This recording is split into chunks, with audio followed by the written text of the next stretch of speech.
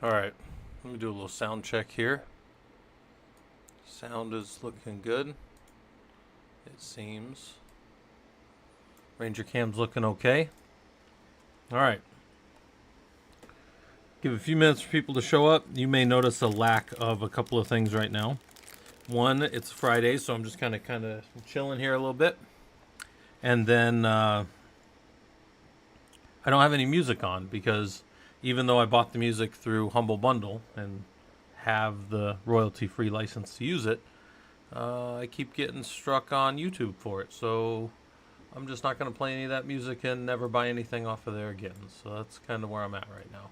Because it kind of pisses me off that you're allowed to use it for anything, but then they just go through months later and do like strikes against your stuff. So anyways, that's why you guys don't hear any music. I normally play music, but I'm not doing that crap anymore because I'm not going to deal with those stupid rights issues, even if you have the rights to the music. So I'm not even going to bother playing with it. We got to fix some stuff in the home lab. So I'm going to do that. And then we've got to fix... Yeah, we just got to test some things out and get ready for tomorrow's group. So that's what I'm going to be doing tonight. Working on some Linux. Checking on Ranger. Ranger just walked off a minute ago.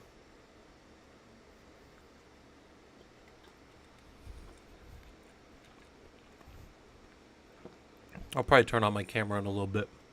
But for now, I'm just sitting here eating.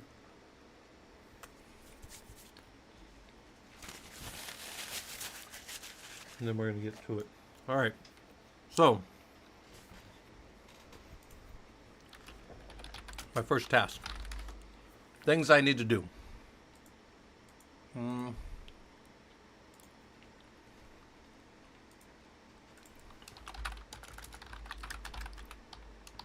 Things to do. I've got to set up SE Linux in the labs because I want people to be able to use that tomorrow.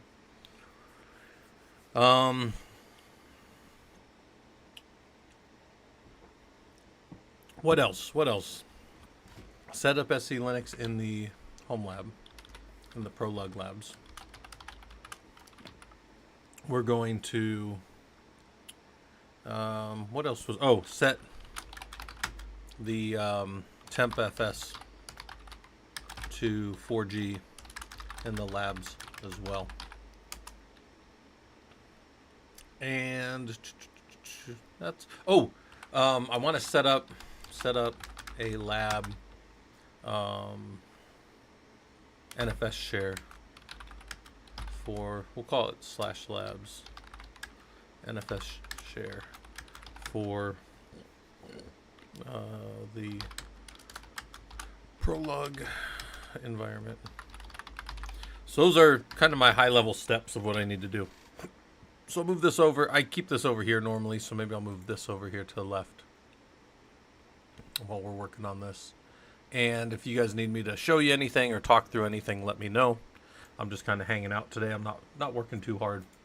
Let me fix this stupid YouTube thing that always jumps around on the screen. All right, better. So let's go. We are in my Werewolf server. This server controls all the other servers underneath it. So if we were to draw this out real quick, it would kind of look like, it's kind of hard to draw on this while it's over on the right here, but it would kind of look like this. Where's my pen at? So, this is Werewolf. We'll call it WW. He has, inside of this server, there's a var lib werewolf directory. We'll just call it WW for now. And in there are the contents of containers and then overlays, right? And then those get built out into the servers that end up being like the Rocky 1 through 19 in my environment, right? So we got like these Rocky 1 through 19 servers. So I'm going to go update something in one of the containers And then I might be messing with something in there too. But let's go look at that real quick. Let's go kind of see what that looks like. If anybody's got any questions, feel free to let me know. One of the first things we're going to do is we could just do a WWCTL show, node show, or node list, Rocky 1-A, and then let's just look at all of it. We can just look at everything if we wanted to. And let's make it a little bit more reasonable to look at. There. Okay. So we see information about this. I see the profile, the container that it's using, and then I see the system overlays that it's using. These are things that are going to affect the way that the system pops out when it comes out. So I'm going to SSH to Rocky 1, and I'm going to go check some things out about the server. So I'm going to cat etcfs tab, and I see, okay, this etcfs tab comes from the www.init rootfs. Okay, so that's an important thing to understand. This is where these things are being generated from. Also, there's these NFS mounts, which is going to be one of our third tasks here when we go look at this. So let's go do this. So, all right, so let's go see if we can set some of these things and make them persist in our environment. So we're going to do W here, make sure nobody else is on Rocky 1. And then we're going to hit Control R and look for exec. And this is the right lab, right container, which is Rocky Linux lab. So there we go. So let's go into this box. And let's go look at some things real quick. Let's cat etcfs tab real quick. And there's nothing in it. So that means that that's not where it's getting it from. It's getting it from that overlay over there. So that's okay. That's good to know that that's where that's coming from. But if we cd to etc se linux, I can look at my semanage.conf, and I see that this does have in my semanage, and actually, hold on. Oh, real quick.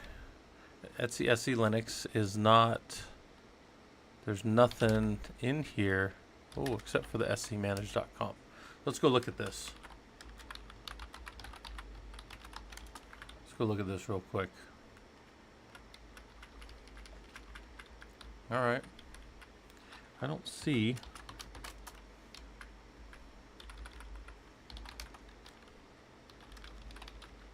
All right. I would normally expect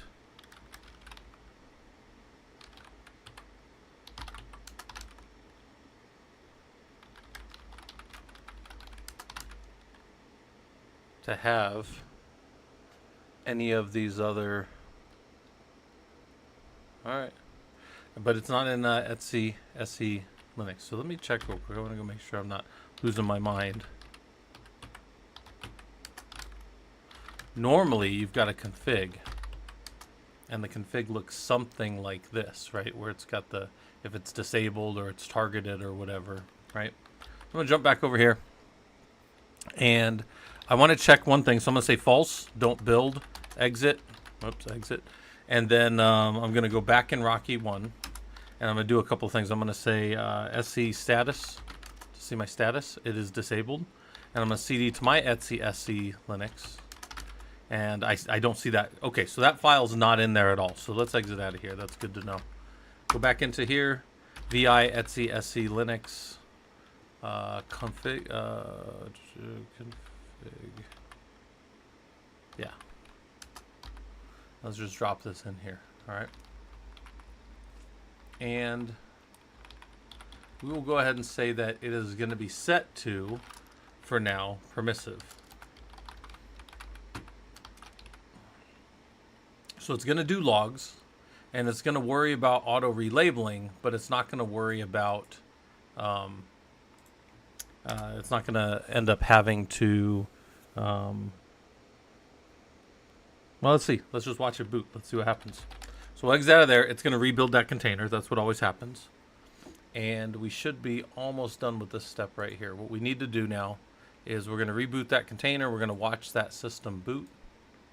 And when we do watch that system boot, we will be able to see if it properly comes up with SE Linux set. That's what we're doing right now. Getting the system going. Figuring it all out. The reason I want SE Linux on is I want you guys to, in the systems administrator course tomorrow, be able to get in there and touch the different components and see what a labeled file system looks like. So we're going to work on getting these containers labeled. That's what we're doing right now. So that's what we're doing. And it's Friday, so we don't work too hard on Friday. All right, so that's been built. We will do a overlay build just for fun. We'll go build the overlays of all the nodes. That's fine. Let it build real quick. We didn't change any of the overlays, strictly speaking. When is worksheets due for Unit 1 class? Sometime tomorrow, by the end of tomorrow night, I guess. Mint. So anybody that's doing the course, yeah, you should turn in your assignments by tomorrow night, pretty much. Although we'll already have more work by tomorrow. In fact, I'll be adding some of that. I have those to write. I'm still working on them. I might be working on them a little bit tomorrow morning too, to kind of get you guys ready to go. All right, that's done. So we're going to SSH to Rocky 1, and we're just going to reboot. And then when we reboot, well, only the first one's needed, but we do it for fun. And then we're going to go watch him at the console boot. And if I can, I'm gonna undock this, and I won't quite full screen it. I'm gonna make it as big as I can without messing up the bottom. Don't worry, it's gonna go dark here in a second. It's just like that while the system is booting. So I know that's probably blasting some people with light that have been inside all day. Well, that's me, but there we go. All right, well, apparently it's not going to be any larger than that, but we can see that the system's booting. We can see that it's going to an iPixie initialization, and then we can see that it's pulling down the werewolf kernel.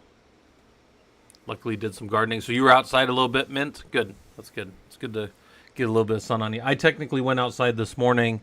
I went to Wendy's and got a Baconator for breakfast. All right, that's not completely true. I got 2 Baconators for breakfast, but the thought was the same. All right, so we're going to let this system pull down that image, and then we're going to go look at some of the other configuration changes we can do to make this work the way we want it to. All right. All right, so let's pull. We're going to see this boot, and then we're going to either see it work or fail on that SE Linux portion, because that SE Linux portion was changed. So right up here, coming up here in a second, we're going to see it run through a bunch of things. Hand of Malice, you can ask me whatever you want. You can ask me. I'm just hanging out right now. It's a Friday afternoon. I'm not working too hard. Man, I got some college papers to grade, so I forgot about those. I've got a lot of work to do. I just don't want to do it, so that's why I'm kind of hanging out here.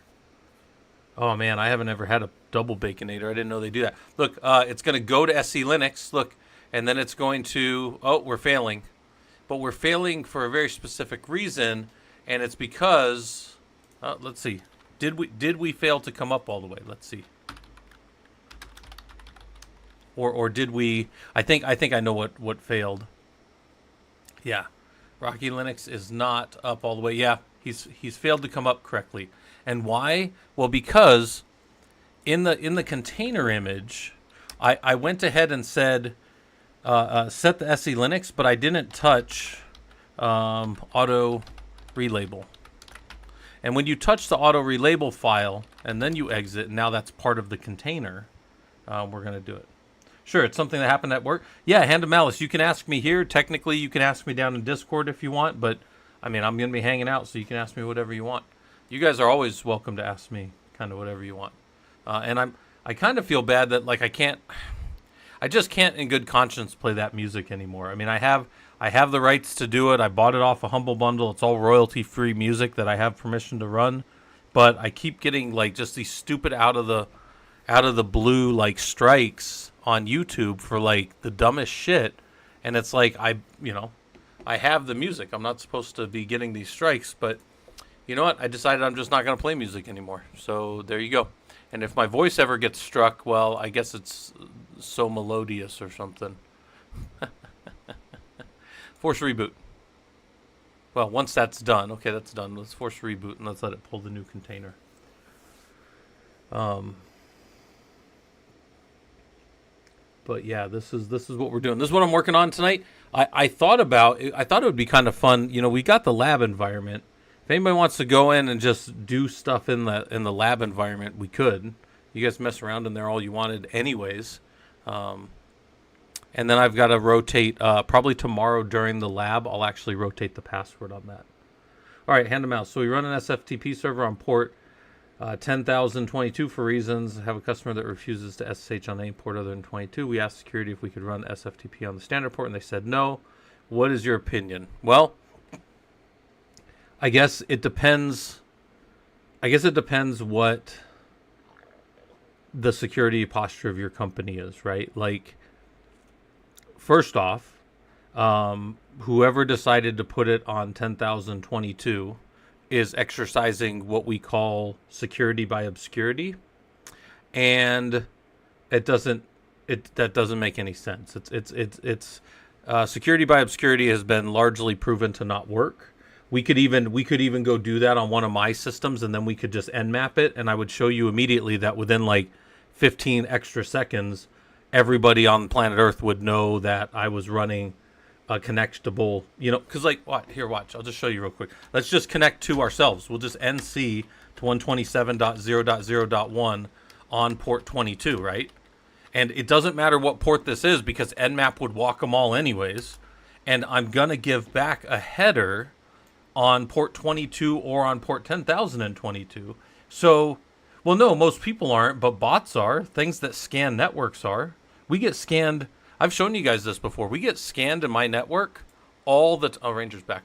We get scanned in my network all the time, right? If we go to ProLUG, where's our little Linux users group servers? Here, let's go look at our security in here real quick. Hold on. Let's go to logs, apps. Yeah, secure failed. Look at, these are all the people that have tried to connect to my system in the last 6 hours. These are all the systems. I'd say that's probably 300. Maybe a little under 300. Definitely over 200 though. We can go drop it in a file and count it if we wanted to. But every one of these also scan this. Yeah. People aren't looking for 1022, but it's super easy for a computer to find it, right? It's this easy right here.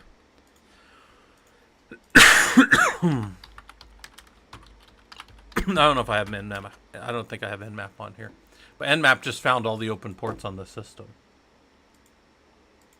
So, yeah. So, like, I mean, I wasn't looking for it, but my system would have found that port within a few seconds with a couple of scans. So, yeah. So it's like it's one of these things where security by obscurity is widely disregarded in our industry. We don't do that. Because for the same reason that you don't just change a web server port, it doesn't help anything actually. Because anybody that knows how to look is actually looking. Oh, I use 22 on my home lab all the time. I can hit 22 from anywhere in the world. I give you guys, if you guys are down in my Discord, I give you guys my home lab address all the time. You guys can come in on port 22 whenever you want. Yeah, I use port 22 for anything. Now, cloud providers and other people say, hey, you really shouldn't be exposing 22. Yeah, but if you understand the potential and you understand what can happen and then you lock down those servers a certain way, then they just become bastion hosts and they're doing what their job is out there. So it's okay. So yeah, I wouldn't change off of port 22 if that's what the default service is. And that is what it is for 22 people. And hold on, let's see if this works. Failed. We're still failing. We're still breaking everything. Oh, we got to go build the policy. Okay. We might have to build the policy a little bit. Host config not found. It's just SE Linux. All right. There's no policy file. I knew that there wasn't one of those, but we can work on setting that up. But yeah, hopefully that answers that question. I would tell security to kick rocks in that case. I would just tell security, like, what you're doing by having something on alternate port isn't actually securing anything. So what we should do instead is look to, okay, here's my actual answer. You go to the STIGs, right? So let me open up the STIG viewer. If you guys have never seen a STIG, this is what a STIG looks like real quick. Hold on. Also, you'll see here in my downloads all the people that have been sending me their labs, right? So I've got all these labs to go through. Hold on, let me go look back. I'm just in my downloads folder. There's nothing special in here. Win64. Let's go to our STIG viewer. I'll show you guys what a STIG looks like if you've never seen one. Because some people have never done the secure technical implementation guidelines for the government. Come on, come on. Come on, computer. Oh, is that thing? Oh, that thing didn't boot. Hold on. Oh, shoot. Hold on, guys. Crashed. Oh, let me... No, that shouldn't matter. Shoot. Hold on, guys. Hold on. Yeah, that should all work. I should be able to set, if I wanted to, I can set a kernel command line argument for SE Linux 0, because then it would definitely be in permissive mode, but it would be on. I figure most people don't scan all the ports because it takes... Yeah, hand of malice, most people just use Nmap, and Nmap will scan everything if you tell it to. Yeah, we could Nmap scan. Here, we'll do something fun. We'll say, while that's coming up, we'll say Nmap, man Nmap. I haven't looked at this in a long time. And let's go all. Let's go look for all. And let's see, where's the argument for all? Maybe all ports, right? And it says most scanners don't scan all ports. That's true. But how do we scan? What's the argument for all ports? Oh, we could do port ranges if we wanted to do all of them. But if we want to exclude ports, we could, or to do all ports. Okay. -PEP like that, and I'll just hit all of them. There we go. All right, so we can Nmap. Let's just Nmap our own box here real quick, and we'll do it against 127.0.0.1 because I know this box opens a whole bunch of other ports. Now, typically, by the way, guys, we don't use Nmap for ourselves. We use SS because we can see what ports are open. Let's time that. Let's see how long this thing takes to scan those. Oh shit. Okay, so this thing's still busted. Yeah. So this went all the way up. And that's all it showed open. I expect more than that. Oh, there's, yeah, I was going to say there's werewolf. Well, yeah, but I'm just saying, like, it's you can go, I mean, you can go read, I mean, it's widely, like, nobody does security through obscurity. We don't obscure things by just moving a port off of this. When you go to connect to it, it's just going to show you the open header anyways. If that makes sense, hopefully. I mean, if you're going to let people connect to it from the outside, anybody that scanned would be able to connect to it from the outside. Now, if you want to lock things down, you could only allow connections to it from certain network ranges. That would be a way to lock it down. But I would absolutely just leave it on 22 for myself. Oh, but anyways, hold on. I'll show you the government STIGs here in a second. I got to fix this. Hold on. I've broken it. I got to fix it. Let's go back into the container. Let's go back to SE Linux and semanage.conf and oops. Give me a second. Permissive target. Well, that should. I mean, let's just say disabled for now. Let's rebuild the container. So it'll rebuild the container.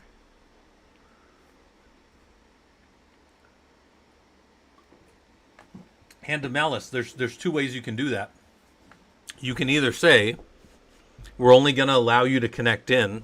Well, okay, so there's two ways that I would do it or have done it professionally. One is you need to connect whoever your client is. You all need to connect from the same place. But if you have a bunch of clients or if you allow them to connect from anywhere on planet Earth, then what you make them do is first they have to authenticate and come in through like a VPN or something. And then once you have a VPN, then they get assigned an internal IP. So now you've got a protected connection in, and then that device is there connectable for everybody. And if that's too much to manage, yeah, so you make them come in from a VPN, and your VPN tunnels have internal like DHCP pools. They're not really DHCP, but they're assignable internal pools that they use. So that's what I would do. How do you connect to the VM and the web browser in Killer Coda? Oh, if you go to Killer Coda, you just connect right away. YouTube. Over on the YouTube side. Hold on, we're going to make sure this box comes back up. He should be coming up clean this time. Because I turned that to disabled. So, alright, hold on a second here. Stigs. We'll get back to Stigs here in a second, because I want you guys to see all the Stigs for SSHD. How do you configure and protect SSHD? Hold on. Is he up? He's almost up. We'll watch him boot here, and then we won't see him get through the SE Linux problems, because I'm going to have to figure out why SE Linux isn't starting.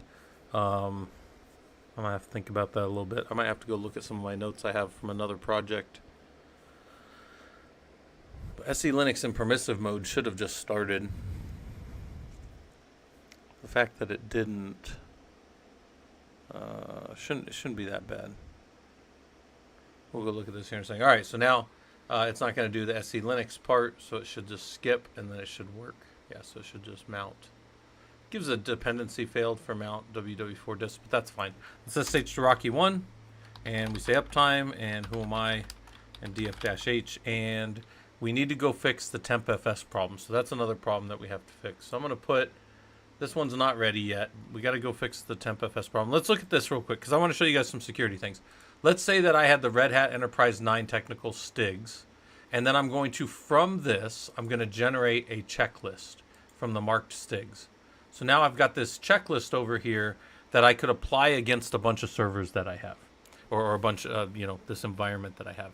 Now, I have a lab that shows you guys how to do this with Ubuntu, but suffice it to say there's a whole bunch of STIGs over here that will help us to know how the government would lock something down, right? And you can go download all this stuff. Everything I'm showing you is free right here. We go over here to filter, and let's go SSHD. And now I'm only seeing the SSHD vulnerabilities over here. And this is what they want you to change. I'm going to move this a little bit. This is what they want you to change. All RHEL 9 network systems must implement SSH to protect the confidentiality and integrity of the transmitted and received information. So we need to make sure that SSHD is running on the box. Now, we don't normally do all these by hand, but then we would have to turn on SSHD if it wasn't. But what we do is we use a tool to scan it and then to give us a checklist, like a XC. It's a XCCDF file format. Yeah, XCCDF. And then we will use that and then feed that in over here and then report it. I can't show you any of the official ones that I have, but I can show you this generic one, right? This is a free tool from the government. You can go download this right now. I've shown you guys how to get that if you want. But anyways, we come down here, and then SSH has to have, in the config, you need to make sure you have a banner. So when people log in, they know that you are, that they are coming into one of your systems. And the configuration should be banner etc issue, and then etc issue should display some type of banner that looks something like, typically they have the banner here. But if they don't, they have it in one of the other ones. All right, so you keep going down, and you have to have the log level at verbose, so it keeps track of the full logs. And you need that to be set inside of etc SSHD. So what a check like this might look like is something like this. Like we go to the server, and we go grep-i. In this case, we'll do verbose. Grep-i verbose from etc ssh sshd config, right? And then that would show me that verbose is not in there. So now I need to fix that to be able to say that this is not a finding, right, in my STIG compliance, and then I would get a higher score. And my STIG score is currently very low, and I want to eventually get it up around like 90 or higher. That's typically what we do.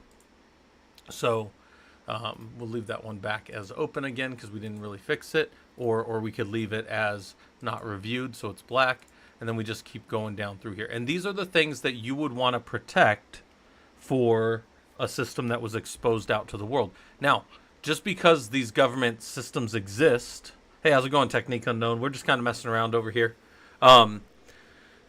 When we set these things up, right, if just because this exists, right, just because the government standard exists doesn't mean that when you download it, you have to go, well, I now have to do all 32 of these SSHD vulnerabilities, or somebody's going to come knock on my door and arrest me. No, it's your system. These are just guidelines. This is, again, not prescriptive.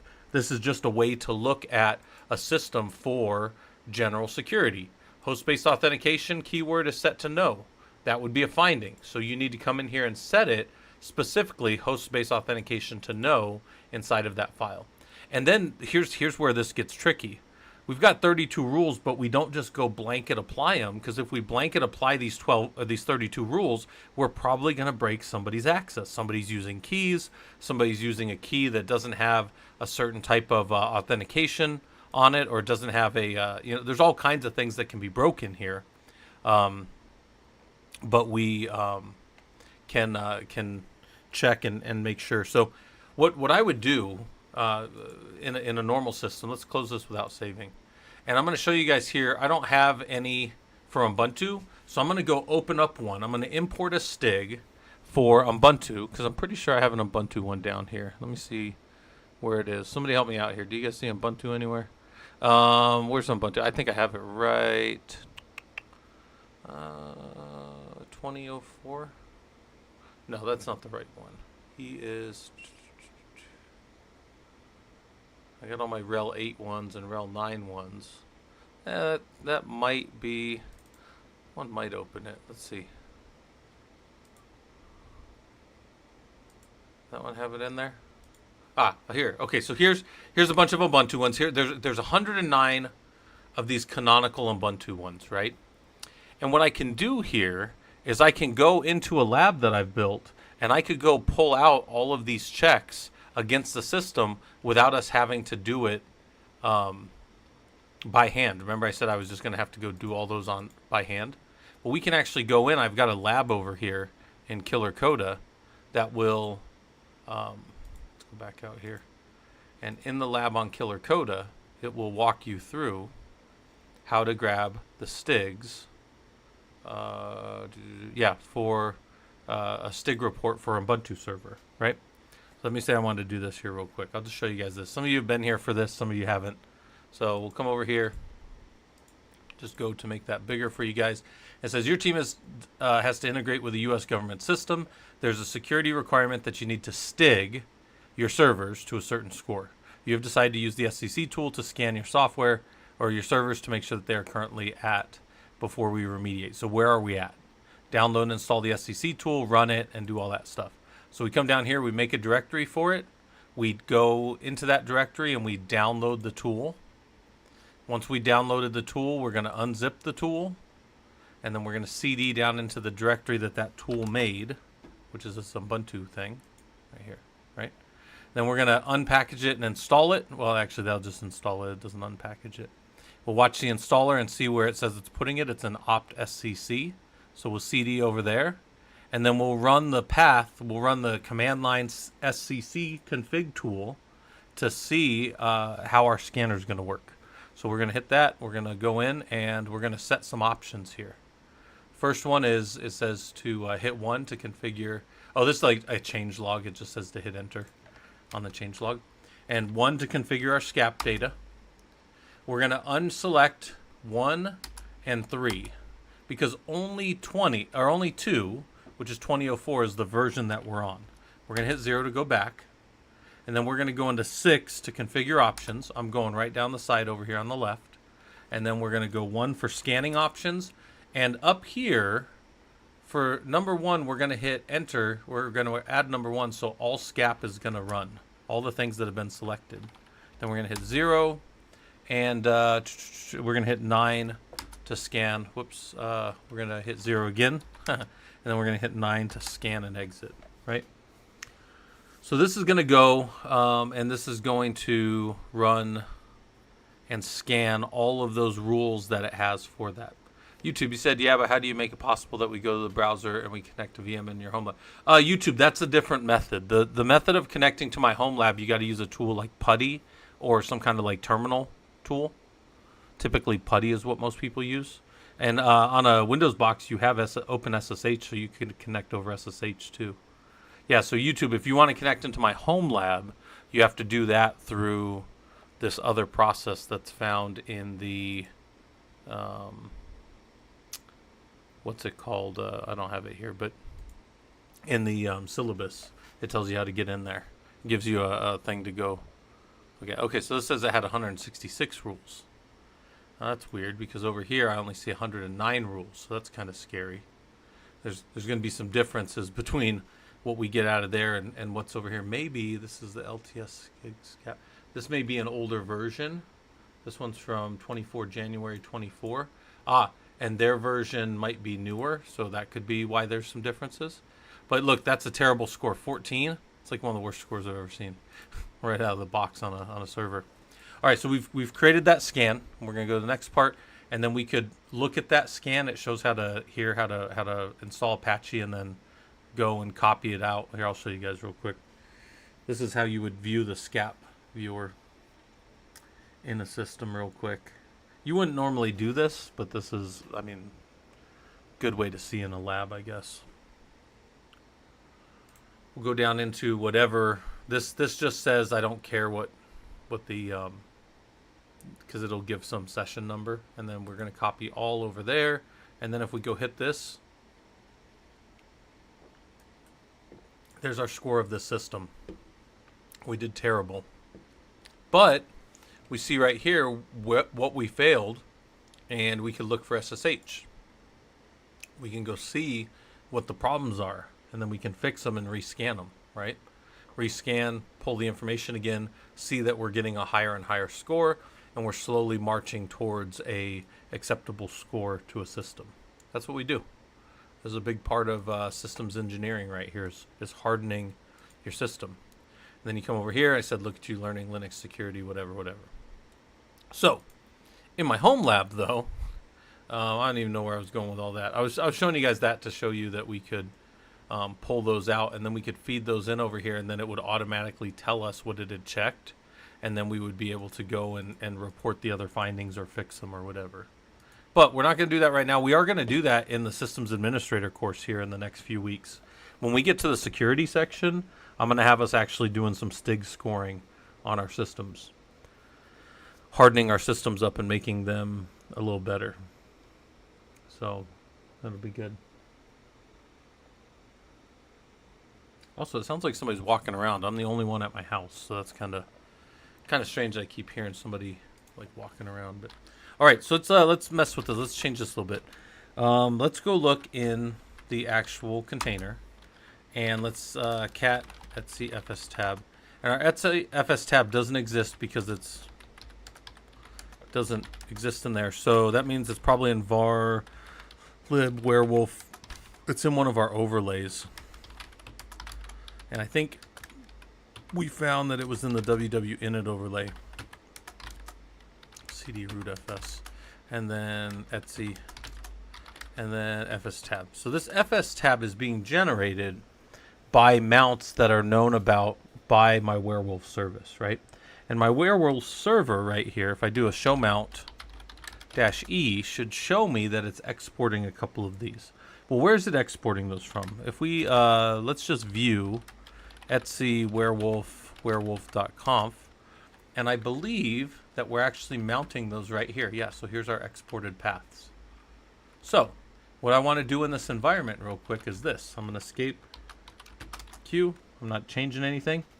And then, yeah, I'm just calling it hacking. Basically, hacking is what we're doing. We're trying to figure everything out. So let's just make a dir called, let's call this labs. And then we're going to VI that file. And we're going to add labs in here as one of our enabled NFS paths. So watch, this is a YAML file. So we're just going to say path is equal to labs. Export options are going to be read write, because we want to read write it.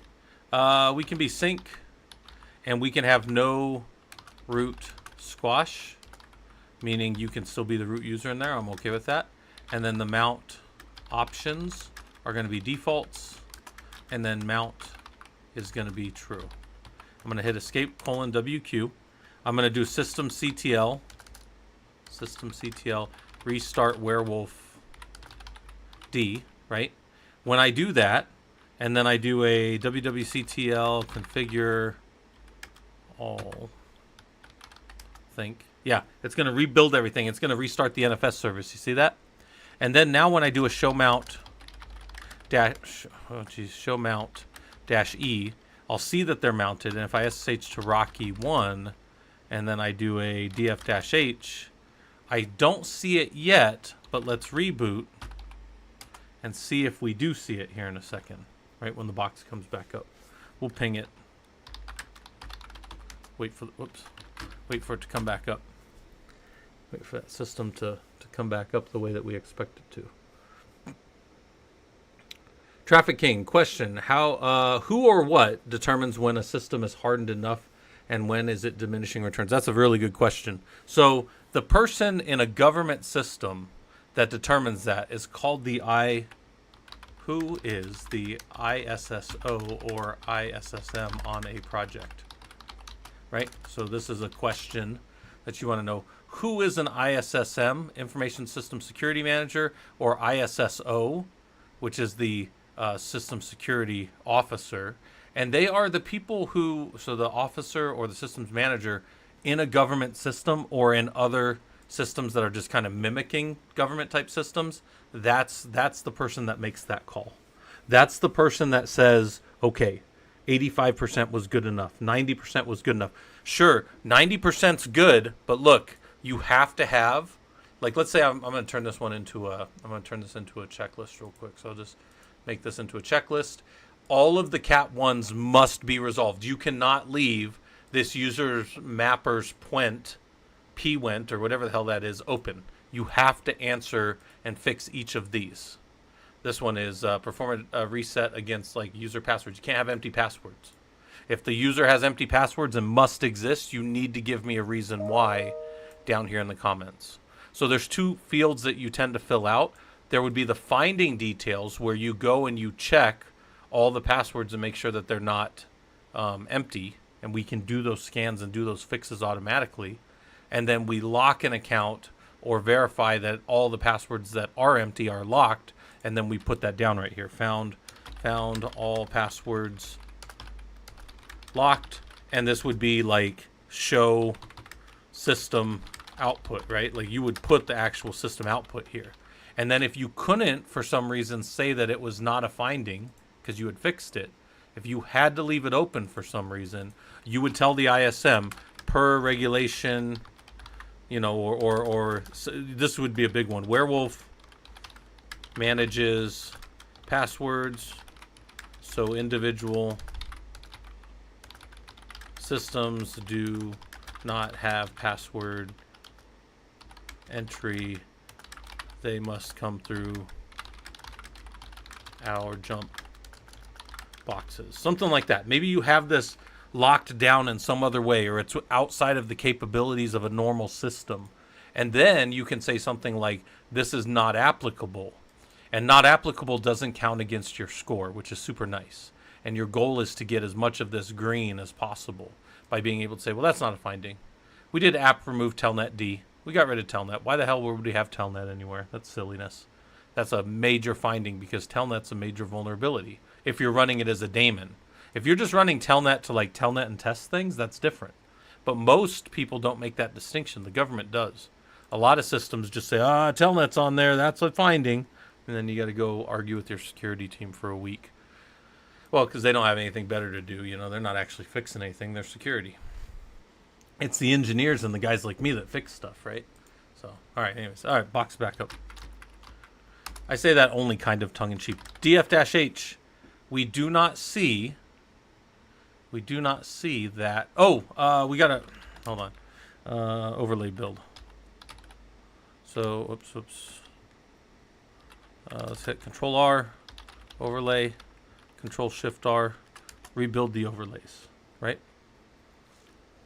And then let's just go look. Let's go look at Rocky now that we've redone this. We rebuilt the overlay.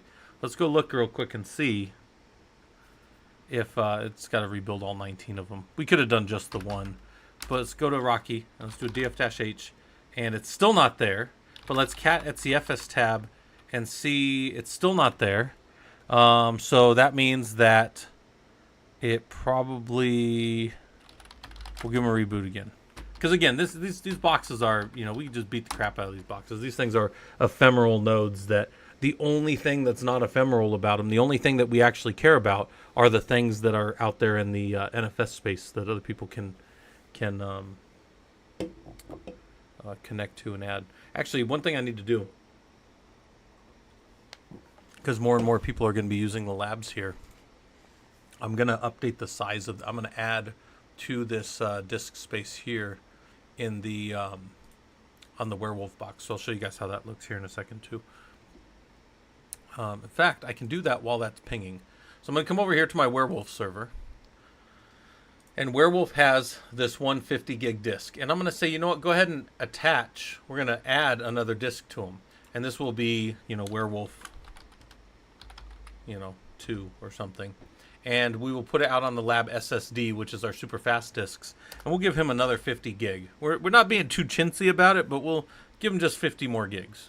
So we're going to add that disk. When we add that disk over here, if we do an fdisk-l grep-i xvd, we should not see it yet. We only see the 150 gig disk. And then now that it's there, it should be SD. There's our second disk right there, xvdb. So all we got to do, simple little bit of logical volume management that looks like this. We're going to say PVS and see the disks that are there. VGS and see the volume groups that have been aggregated from those disks have been aggregated up into volume groups, but there's only one disk. So now we're going to, and then LVM or LVS is what's been carved down. So we're going to be PV create against dev xvdb. And when we do that, now we're going to have a physical volume xvdb that's usable by logical volume management. Before that, logical volume management didn't have permission to use that disk. All right. So now we're going to then say VG extend and allow this VG, this volume group of RL, to extend over the dev xvda to xvdb. Sorry, we didn't partition it anyway. And now if we do a VGS, we see that earlier we had a volume group that was 49 gigs and he had none free. Now he's got 98 and almost 99 gigs, but he is 50 gigs free. Yeah, physical volumes are the logical volume management's ability to use raw disks on the system. Those get aggregated up into volume groups, and then those volume groups get carved down into logical volumes. So watch this real quick. Now we do an LVS, and we see our logical volumes, but we want to take that root one and make it bigger. So we're going to do an LV extend -R, and then I can never remember these, but it's like -L plus 100% free. I can never remember if it's an upper or lowercase l. And then we're going to say dev mapper. Maybe not. Maybe we'll just use the name. What is the name here? It's let's go look. Hold on. It's dev mapper R. Yeah, we should have been able to use that. All right. LV extend -R -L plus 100% free. Dev mapper RL -root. Yeah, that should work. Oh, it's so it's lowercase l. I always get those mixed up. And then now it's going to extend that file system, and then we do a df-h, and that file system has grown in real time. So now watch, if we SSH to Rocky1, who should be back up, and then we say df-h, 1, we see labs there now, so that's what we really wanted. But see how labs is now the proper size of that bigger, because it's using this system's disk that's being shared out. And this is what it looked like before. It was only 44 gigs. Now, 94 gigs. So that's what we do, guys. Muscle development. I have what you would call enterprise hardware. Sure. Yeah, I have a couple of like R610s and a 720 sitting behind me, and they are Dell. They're older Dell boxes, and they're kind of beefier servers. One of them has so this one here that runs most of the lab stuff. He's got 128 gigs of RAM. He's got, where is he at? Hold on. He's got 32 cores in him. Is that right? Yep. And then his disk, yeah, he's got 32 cores in there. And then his disks, he's got a couple of arrays. One is 893 gigs, and that's all SSD disks, super fast SSD and a RAID 6 array. And then he's got this kind of just big lab storage, which are some SATA disks, just some spinning disks. Colchis, you have some Dell PowerEdge boxes that you haven't even set up yet. Yeah, that's half the fun, right? And some of you guys like Proxmox. I've got nothing wrong with Proxmox. I think it's a great tool. I use XCP-NG just because that's what I've always kind of used in my home lab. But yeah, I opened this up. These lab boxes here are all on their own network, and you guys can go pretty much do whatever you want in there on them. People that are part of the professional Linux users group. So, all right. So we're hacking out our labs. There's our labs. So all of our systems should have that soon. Well, we'll give them all a kick over here in a little bit. Yeah, we'll give them all a kick over. So this one is complete. This one's complete. Right, so that's done. Let's set the TempFS up. So let's go figure out where that's set. And that's going to be set in the overlay as well. So let's go look at that overlay. Let's go see how that's actually configured. So we're back in this box. We're in here. And we view, we'll VI our FS tab.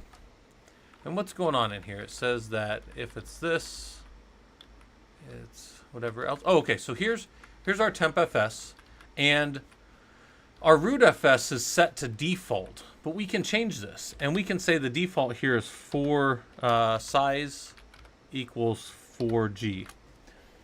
Now you can go bigger, but you really don't want to go bigger on TempFS than the RAM that you have in the box. So we're going to go ahead and say 4G, 4 gigs, because that's how much size we have there. So I'm going to escape :WQ. I'm going to rebuild all their overlays. Where is, I'm just going to keep pressing up now. Here's our overlays. We're going to rebuild all our overlays. You look how to set it up. Some people recommend installing hypervisor instead of regular OS. I'm in ads right now. Yeah, I'll wait till we get back, Colchis. Or let me know when you get back, Colchis. Yeah, hypervisor is the way, to go. You don't put a, yeah, so, real quick, guys. I hope this doesn't. We'll start at the beginning, right, for everybody, because I'm not talking down to anybody. I'm not gonna assume anybody knows anything. I'm just gonna show you guys this. If virtualization is not like your number one thing, let me just show you guys this real quick. A type 1 hypervisor, which is what I'm using in the lab and what we would normally do, then type 1 hypervisor is what you want to do. You want to put the hypervisor right on as an OS. This is going to give you the most performant. You're going to be able to squeeze the most out of this, right? Whereas if you do something like this, like Oracle VirtualBox, you're running an operating system and then you're spinning this up inside of it, and that's going to be much less performant, because then you're going to have like some host OS like Windows 10 or 11, and then you're going to open a hypervisor on it, and then you're going to open something else. So absolutely on your servers, you are going to want to put a Proxmox or an XCP-NG or a Firecracker. There's a whole bunch of things. You're going to lay them on as a type 1 hypervisor.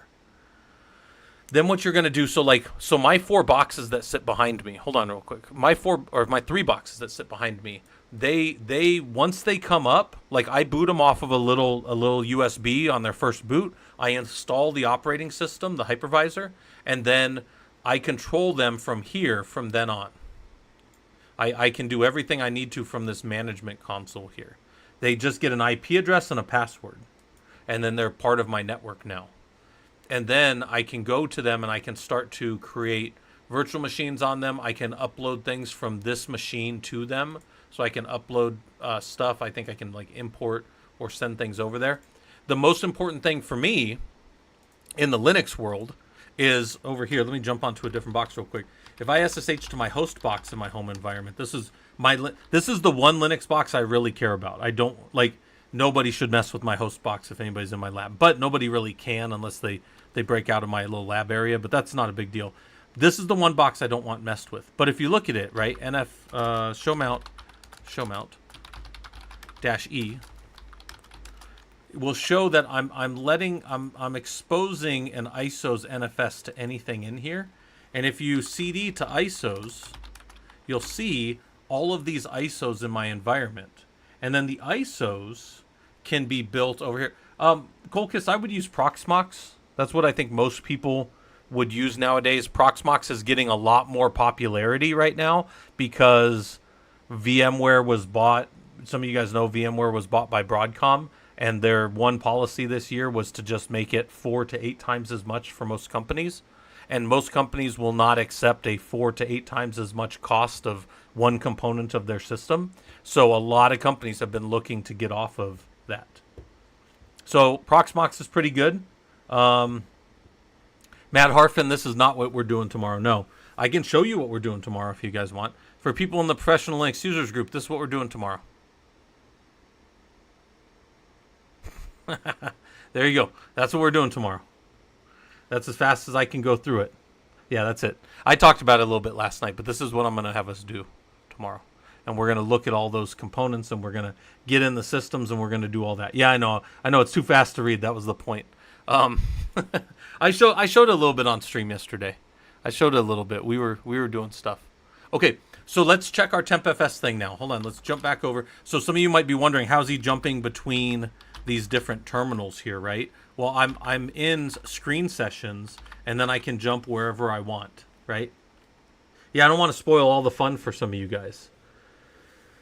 So we'll go here, and let's go look at the TempFS. So SSH2 Rocky 1, uptime, who am I, df-h, and it's still small, so let's reboot him. All right, so Rocky's closed. We're going to ping Rocky, and then we will we'll give it a second here. Also, thanks guys for the follows, Slanjo over on the Twitch side. YouTube side, Traffic King said, question, is it more efficient or practical to use KVM? You can use KVM, Traffic King. When you use KVM, you are treating the underlying, typically if I'm going to build like a box that's going to run KVM natively, I'm going to make that as lean a Linux server as I can, so it's as close to this as I can make it. It will not quite be this, but I will make it as close to this as possible. It'll still technically be this. If you're running KVM on top of like a RHEL 9, you're doing this. But but you can lean this box up a lot, guys. You can lean this up a lot. Yeah, Colchis, thanks for coming. I appreciate it. All right, let's let this ping up. But yeah, Traffic King, that's people use KVM. Like KVM is used inside of Killer Coda. They reboot those machines and restart them inside of a KVM Linux on top of a RHEL 8.6 box. And we know that because we've mapped out what's going on in those systems, right? And it's not because, guys, there's reasons to map things out that are not nefarious. Sometimes we just map things out because we want to go mess with them and see what's going on in them. Oh, we might need to check why this box isn't coming up. Hold on. Let's go check him. Let's go watch him at the console. Why is he not booting? Has he got a problem? No, he should be booting up right here. Okay. So, also looking at this, when we rebooted that box, we know that it takes a little under 2 minutes. Well, if he comes up right now, it'll be just under 2 minutes for him to reboot. And that's about what we'd probably expect if we're only booting one of these little boxes over. Yeah, he's coming up right now. There he is. He's almost done. I got to sneeze. Oh. So, SSH, get back in there, df-h. We've got a bigger TempFS, so we've got more space in our home, and that's good. So now we've done that next part of what I wanted to do for our labs, which is complete. And then now, I'm probably going to have to go to the Googles to figure out this last one, because I'm not sure why. So Werewolf container SC Linux. I know it runs natively, but let's see if there's something special I have to do to get SC Linux on this system. So Werewolf was designed with that. Okay, that's fine.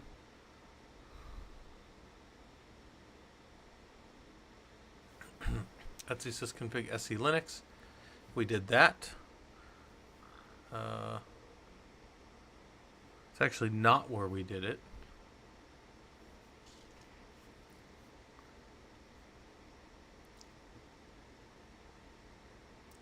We're already using tempfs. That's fine. So we're already using tempfs, so we just need to go set it in there. And they're saying that we've got that. We're fine with that. That's all done. All right, let's go try this then. Exit. Let's go to exec. Oops, Control R, exec. And then we're going to get back in here. And we're going to cd to etsy se sysconfig.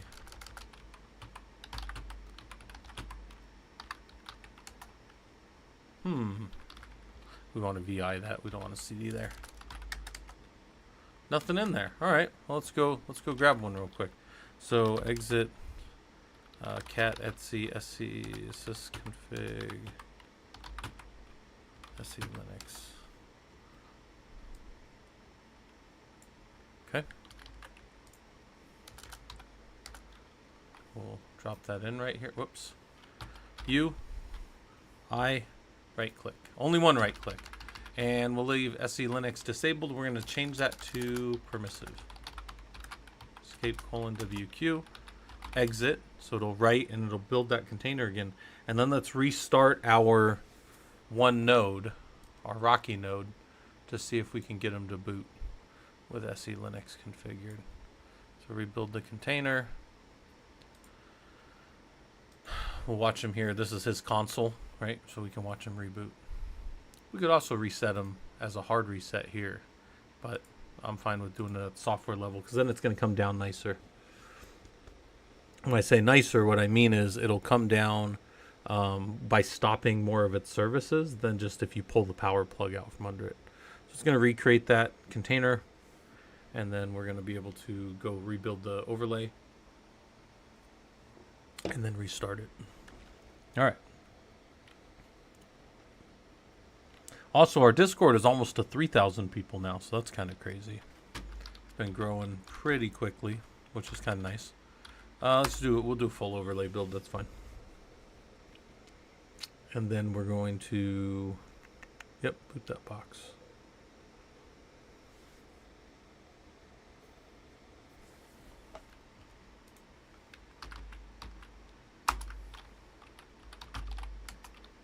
And then watch over here because we want to make sure that he's not getting stuck in a boot loop on that SE Linux configuration component. He still does have that touch auto relabel. That's fine. That's fine.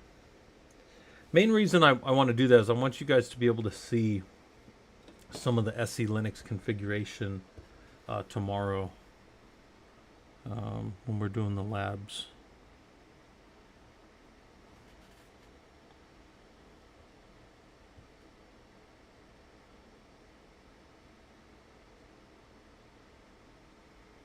All right, it's booting on the right, so we can take an eye on it, or keep an eye on it. When I say take an eye, keep an eye on it.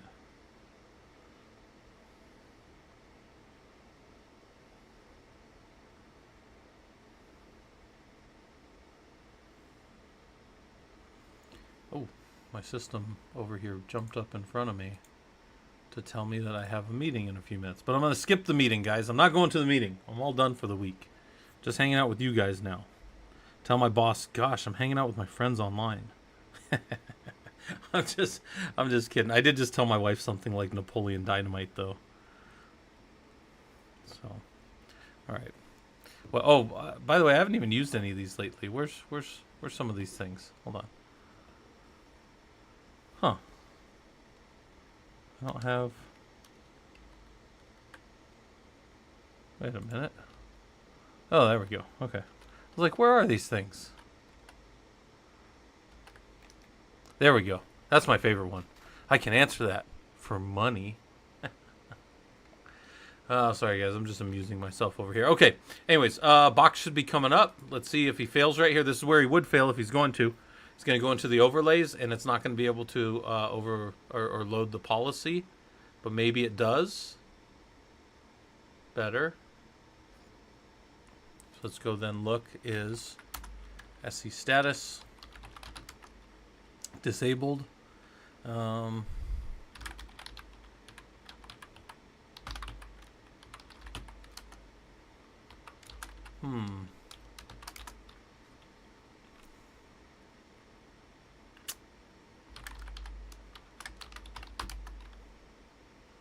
So,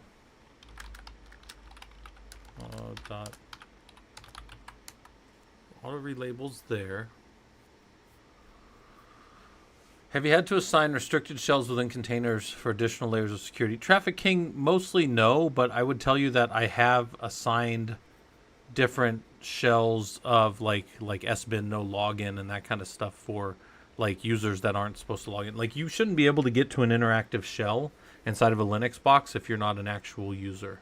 That's either coming through a PAM method of through etc passwd and you're stored in the system, or through a trust methodology through like a third party like an LDAP or a Active Directory or something like that. So no, I mean I've not like set up my own restricted shells, but I do jail users. I jail users all the time because I think it's funny. But it's also it's a good security practice to jail things that you don't understand or don't work the way that you expect them to, or you need to control them in some way. And I have a lab that shows you guys how to set up a jail up on Killer Coda. But hold on, why did this not? So this did not take. Why did the SE-conf not finish? Justin Streammania, you're learning AWS. Nice. We got a few of us that are Solutions Architect Pros if you have any questions. And there's also, I've got 5 certs over there. And one of our guys, Fisherman, who sometimes streams, he has 7 certs over there. And he works with them directly. So he's actually a Solutions Architect. That's what he does professionally. I just have the cert for Solutions Architect Pro.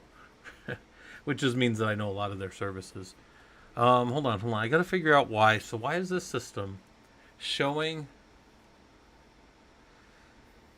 SE Linux, Etsy security, SE Linux was what we did have. So CD to Etsy security, SE Linux as well. So it's using this one. It's not using the other one. So let's VI our config in here and change this back to permissive. And then let's reboot one more time just to see. House driving from Alaska to TwitchCon in San Diego. Tool lazy maybe next time for the free stickers. Nice. From Alaska to TwitchCon, man, that's got to be. You got to leave Alaska into Canada for a while there, and then come all the way. Oh man, I'm only about 6 hours from San Diego, and I just didn't have the energy to do it. I don't have the energy to go down there and see people. Plus, I'm pretty sure I'd violate the Twitch terms of service going there, so I can't go there. I just can't do it. So, all right, let's let this boot. Let's see if there's any problems with the container. We could set, again, we can do kernel arguments, and we could specifically set SE Linux there to permissive. So let's check to see what happens here. Let's see how the boot on the right happens. That's what we're doing. Watching the booting. We're almost to the bootloader. It's not quite there yet. Mr. Extremely, XCPNG doesn't really have good support anymore. So I would tell you guys, like, if you were like, Scott, I want to do industry stuff, I would tell you to go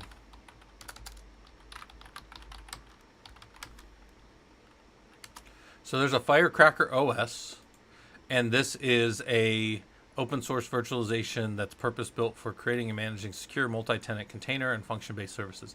This is what AWS runs. And I would tell you Firecracker's probably going to give you a lot of good knowledge about what's going on in the system. Justin said, you're 22. Are you too late for AWS? I don't think so. I think you can get in there. You can get in there and learn it. The next one would probably be Proxmox. And I would tell you, Proxmox is getting a lot of attention right now, guys. Companies are openly like going to Proxmox from ESXi. They're like, we're all done. We're done with this one company just getting money from us and then saying it's 4 to 8 times as much to keep using our service for next year's license. So a lot of people are going to Proxmox. And you'd probably have, I would say you'll have 10 of these guys in our Discord for every one of me. For one of the guys that are running this. Oh, let's see how this happened. Let's see if this booted up. I didn't watch. Hold on. Did we? Okay.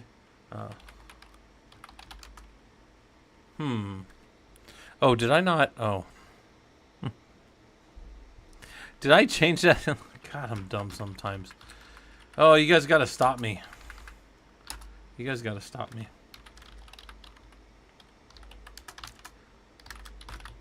This is where you got to change it. Can't change it in the node. The node's ephemeral. Let's go back to permissive. Let's watch it happen. Yeah, Broadcom VMware ESX pricing for most companies is 4 to 8 times as much. So no company has budgeted that, hey, this one component of our system will be 4 times as much next year. Not a single one out there. Because you'd be playing way too fast and loose with your budget, and 2, you can't plan for that. So like a lot of companies have been looking for ways off. We watched the same thing happen with Docker. Any of you guys ever wonder why Docker isn't really the standard anymore? It's Podman or Containerd. Any of you guys wonder like what, or what's the one that they do over in Red Hat? There's a Red Hat one, Cryo. No, it's something like that. Anyways. Why isn't Docker the standard? They're the ones that built the standard for like what a container is, right? Well, the reason is because they kept breaking shit with Kubernetes, and everybody was like, we can't keep working with you guys. You guys are arbitrarily breaking stuff and breaking our company, and everybody like universally at the same time was like, we're not gonna do that anymore, and they stopped doing it. That's why Docker's not like you still know that Docker is the type of imaging that you're doing. But Docker is almost like gone the way of like Advil. It's or aspirin. What is it? Advil or aspirin? I forget. One of those. It's aspirin. Yeah, it used to be its own brand, but then like it became so popular that they were like, yeah, you can't have that brand anymore. Now it's called aspirin and anybody can make it. That kind of thing. Builda. Yeah, they do Builda, which I think is silly, but it's because the guy who wrote it is from Boston and he can't say his ahs. He can't pock his ka at the pock. That thing can hear what I'm saying. I said the pock and the ka at the pock, or whatever. That's really funny. All right, hold on. Let's see if we can't reboot this guy. Hopefully, I don't offend anybody from Boston. I've been to Boston. I was in Boston in 2019 for the Red Hat Summit, and there were some interesting things that happened in Boston when I was out there. But dyslexia. Yeah, dyslexia will get you the ouch. Yeah, I mean, you could probably work through it, but it can be kind of hard, I imagine. The ouch. You don't have to actually roll up a VM. You could just open up Killer Coda. Killer Coda will do most everything for you. And hopefully that gives you like a place to go without having to build your own servers, right? And then if you guys are part of our Linux Systems Administration course, by the way, we're up to like 155 people in there that are coming for that. Yeah, WSL works. I tried to, when I first got this laptop, Michael Pesso was he's come to the group a few times and talked to people. And I was talking to him and he was trying to show me how to set it up. And it just was all busted on my laptop right out of the box. And I was like, I'm not going to use that. I'm not going to spend any time getting WSL to work when I have my whole lab environment that I can just test stuff on. I don't like doing stuff on my local machine if I can avoid it. I just like to keep my local machine for like gaming and messing around and stuff. Incus? I have not seen Incus. So Firecracker, Proxmox, XCPNG is fine. What's this, Incus?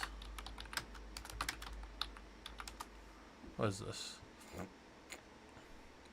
Okay. Next generation system container virtualization manager, created by some guy for Canonical, right? So that's directly related to Ubuntu then.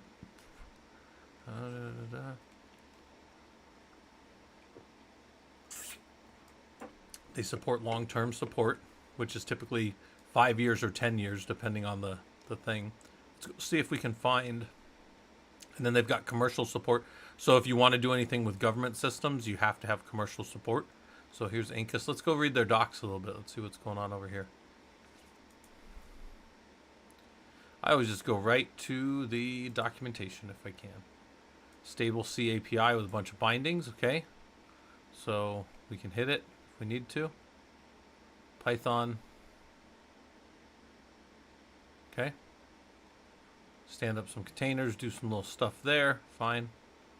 But that does not seem like much. You can go look at the command line tools. Okay. Attach, auto, start, stop, snapshot, monitor.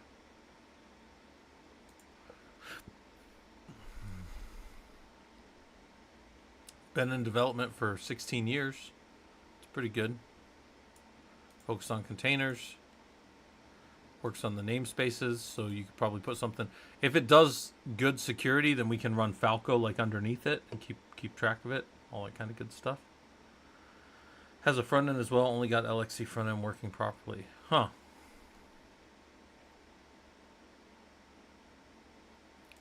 Run any of those. Okay. Looks interesting.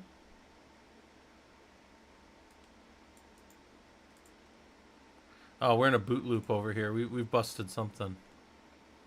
I didn't see what happened, but we definitely busted something. Alright, so go back to security here real quick. We have temp FS already set. So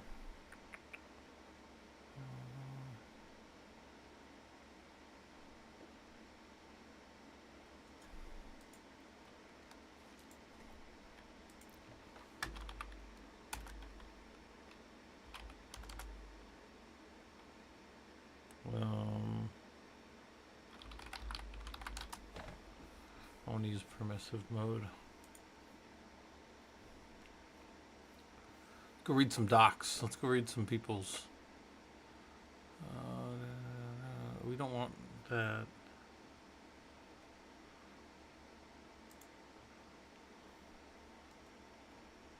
That's not it. I can look at my notes for work because I've definitely set this up. Yeah, I've set this up at work, so I know I can do this, but I forget all the things that I did. Let's go fix that container real quick so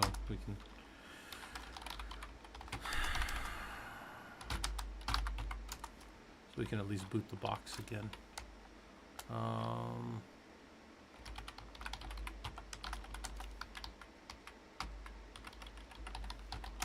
Alright, so that'll exit, that'll build.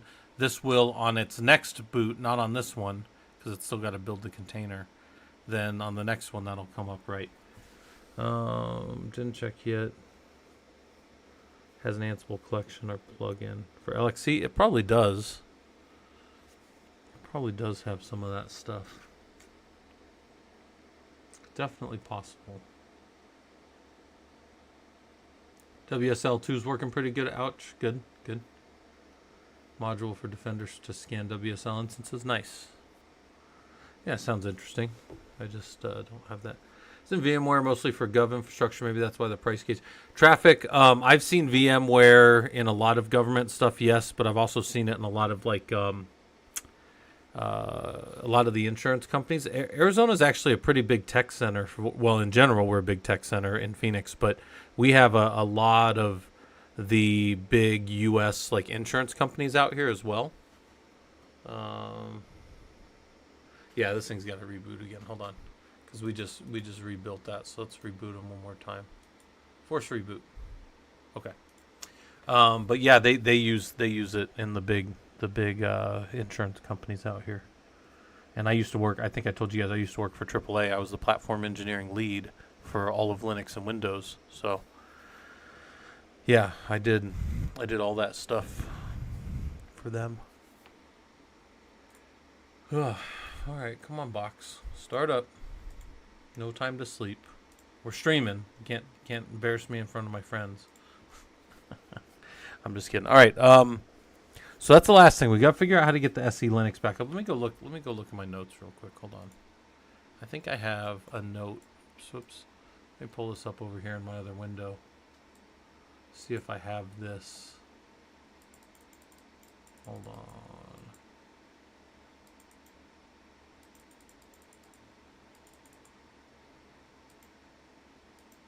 I know I have it.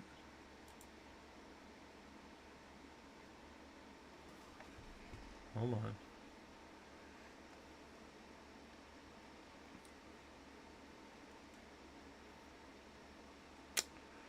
Ah, that's actually something that might need to be there. Let's go check. So let's go in here. Let's do a RPM-QA to search for SE tools. Is SE tools even on this box? We probably need it. DNF install-y SE tools-console. You kind of want that.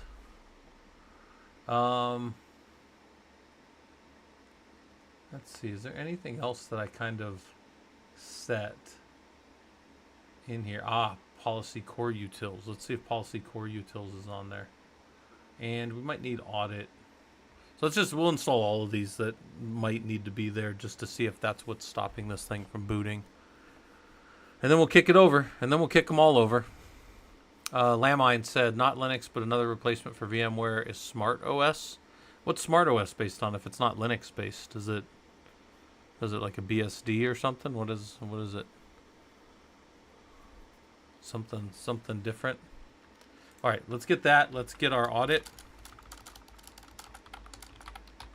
See if audit's already here. It might be. Yep, there we go. And then let's get policy core utils, which is kind of a longer one, but let's go look.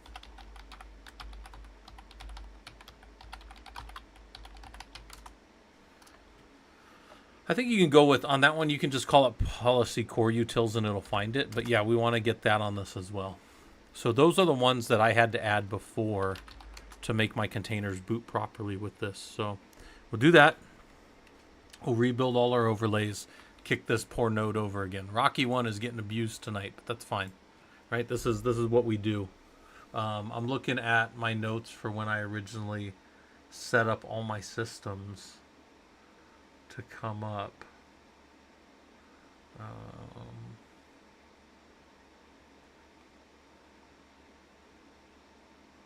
NFS home DIRs. We're not using NFS home DIRs. Wait, are we? Hold on. Before I boot that over, let's just do a df-h. Home is. Oh, look at that. Home is there. So I gotta do a couple other things here. We'll set up NFS home directories, because home is mounted off of NFS, if you see there. So I'm gonna go back in, exit that, go back into my container, and I'm going to set se bool -p to use NFS home dirs 1. So we don't have a managed policy set up yet. So let's check how to do that real quick.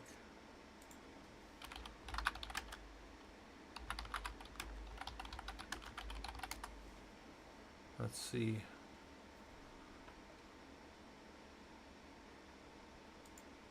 So we can use policy core utils.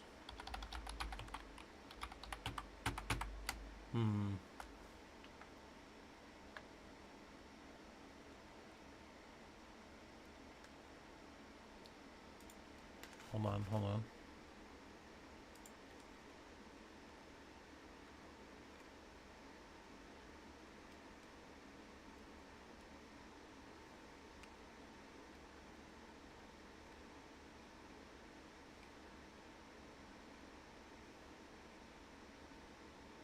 We should be able to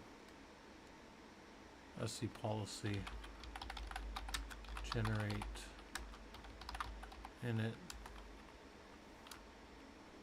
Huh. Do I not have SC policy? I might need to make sure that I have this other tool. So DNF search all SE Linux policy devil. Do we have it? Can we even find it? We'll see. Now remember, we're doing this down in the actual container, so this actually has to then be pushed to all the nodes that are booted off of that container. So no major rush there, but that's what has to happen. We have a Ansible playbook that'll just boot everything in the environment, or well, it's a one-liner I use. But let's just search. We're going to search all for SE Linux policy devil, see if it's on the box. We could also do an RPM QA and see if it's there. So we'll do that here in a second too, but let's see what's there. All right. Oh, there it is. RPM-QA grep-I SE Linux. If I could spell. Is it here on this box? No. So we're just going to do a install. And we can do install like this to be kind of safe and see, hey, is there anything in there? And we say, yeah, it's only 8 megs total. Total install size is 43 megs. Yeah, we'll do that. It's not taking any massive amount of space for us, even though we don't have that big of a file system when these are loaded, but that's fine. So we'll let that boot up. Well, we'll let that jump into the container here, and then we'll go see, can we just generate. All right, so now that's all there. So now we might be able to just generate, you can generate that against a different system. Let's just say, excuse me, let's see if we can't just get this to start now. Because we've got all the base components now. So, oh, nope. Damn it. That is a hassle right there. I don't know if you guys just saw that, but what happened was all the things we just installed did not take because we left on a bad exit code. It's a super annoying thing about that. DNF install -y. Fuck, that's annoying. SE Linux policy. Policy core util. What are these other ones? Audit. Audit, and what was the top one? SE Tools console. All right, we'll install all of it. All right, but anyways, what? That's weird. How did that work? I shouldn't be there like that. Those shouldn't all be there. Because we exited on a... whatever, I don't care. Illumos, fork of Open Solaris. Oh, I was there when Oracle killed Solaris. I was there when Oracle killed all of it. I was working on all that stuff back then. Hold on, what is this one? Man, that'll make Fisherman happy. Fisherman Guy Bro. He loves his old school.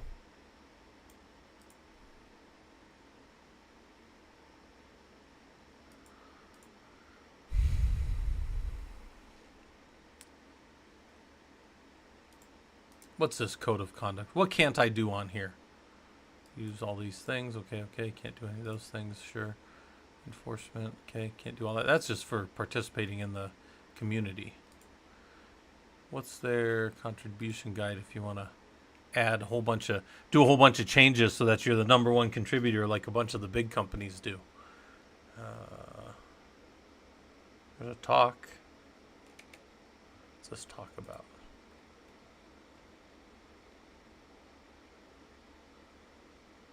Interesting. Lots of reading. I thought there were some videos. That's fine.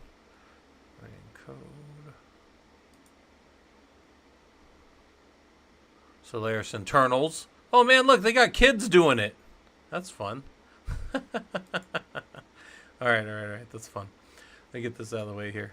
Let's do that, and then let's go and SH to Rocky, and then reboot them. Wait, hold on. Let's go look here.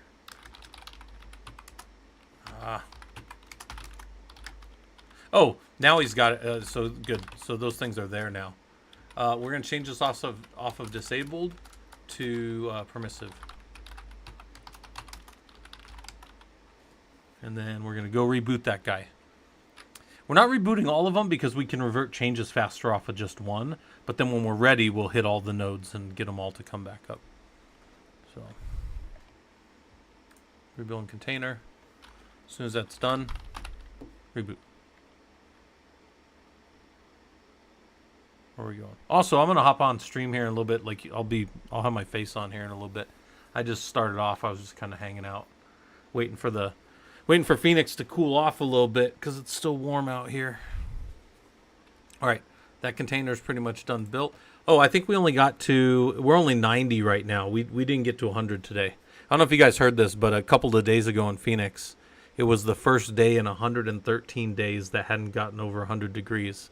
That was wild. That was a wild thing to be a part of. Nice record to break. All right, reboot them. As soon as that's done, we can reboot them. I predict with some of my past experience on this that now this box is going to come up with no problem. But for now, let's just ping Rocky and probably take a little bit of a break and go grab, let's check on Ranger treats. How's Ranger doing? Ranger is doing Ranger stuff. We'll let this box boot up. We'll let the ping come through if it's going to. And I will put on a little hourglass so we can have break. So, you know, smoke them if you got them, whatever. Take a break. Take a break and think about Linux. 8 minutes. I'll be back. I'm going to walk around a little bit, grab some water. Maybe I'll even set up my little get up for my camera. Put my camera on for a little bit. Oh, wow, Quartz. I bet that is warm for you guys. All right, I'll be right back.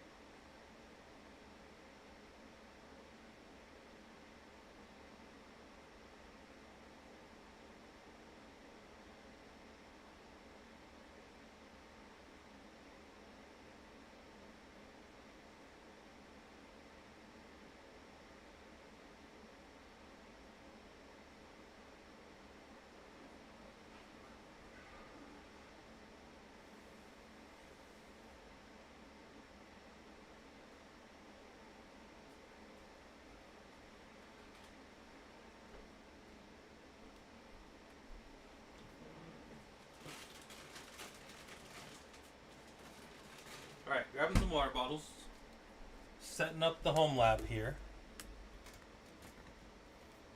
Or setting up the background. Let's see. It looks like this box is, I bet that's setting up SE Linux. That means it's relabeling the file system right now. If you guys see that, that's what that's doing. All right, give me a second. I got to put my little green screen up so I can turn my camera on.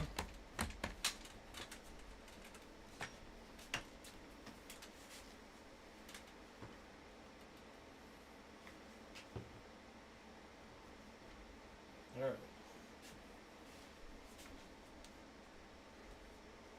Got to set up the whole system so I can turn the camera on. Because that's what the people want. I'm just kidding. I don't care what the people want.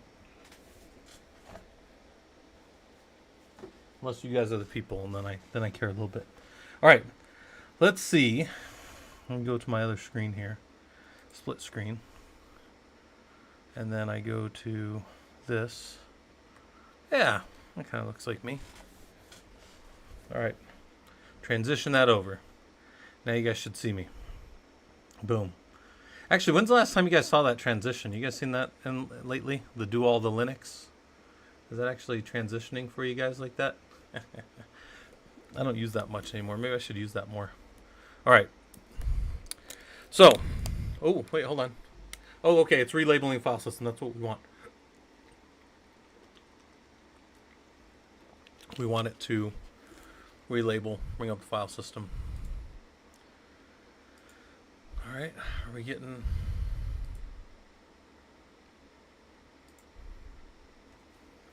Cleaning up. It almost looks like it crashed right there. Maybe it didn't. Hold on, maybe it's still coming up. Because it should be switching. So SE lab... So SE... Oh, no, it booted. They killed it. So, why did that die? That's what we gotta figure out. All right, we can stop them. We don't need to force shut down for now. All right, we gotta figure out why he died. So,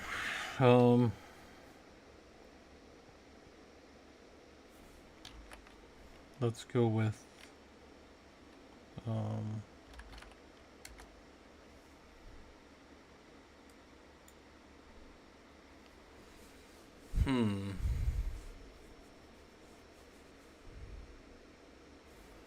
Actually, let's go look. Well, let's go look in here.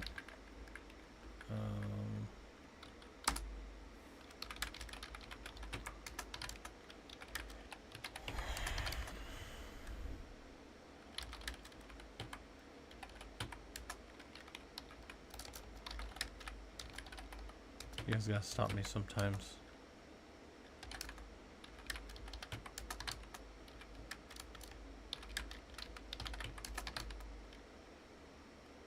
Okay, all that stuff looks fine for that. How's it going, Monkey Man? We're just hanging out here working on Linux. We're not working too hard. People are on break still, but I'm trying to get stuff going. No, I didn't go to TwitchCon. I don't think I could do it. I don't think I could do that. Be around that many people. Yeah, no, I'm not. I wouldn't want to be there. Let's see here. What do we got here? Yeah. Where is the... Hold on real quick. So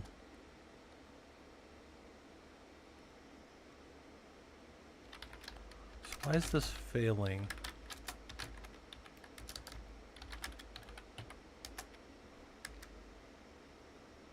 So... Permissive, targeted. I'm fine with all that. Hold on. Let me go check my other system. Hold on. I'm going to go check.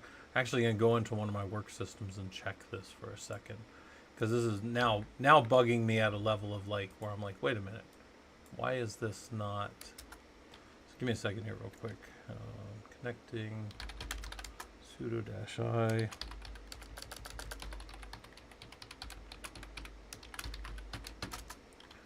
Go up to that, and then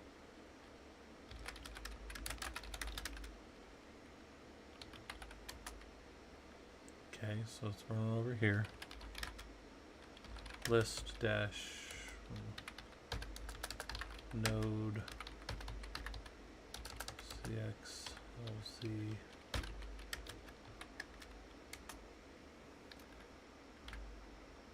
node list.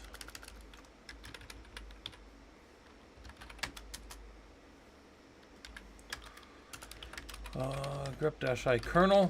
So look for the kernel. So let's set a kernel parameter over here because I did have to do that on this. So we'll get out of there. We won't change anything in there, and then we'll go in there. And then our break's pretty much over. So yeah, if you guys have questions, let me know. I'm just kind of getting the lab set up for tomorrow for some of the things I want to show. Some of the things I want to show, and I want to get people down in SC Linux to be able to kind of show them some of the stuff that's going on. So that's part of what I'm doing here. In our write-up earlier, we said here's the things we wanted to do. Want to set the temp FS on the labs. We did that part. So we have a lab share and a temp FS. And then we actually made that share bigger. We made that, whoops. Let's see. Add 50 GB to werewolf for more space, right? So we did all that, but now this is the one that's stopping us, and this one's complete too. I need to figure out how to, like I like the programs that'll just like strike through it, so I need to figure out how to do like the markdown strike through for this. It's probably normally whatever markdown strike through is, I just don't know what that is. All right, let's go look at,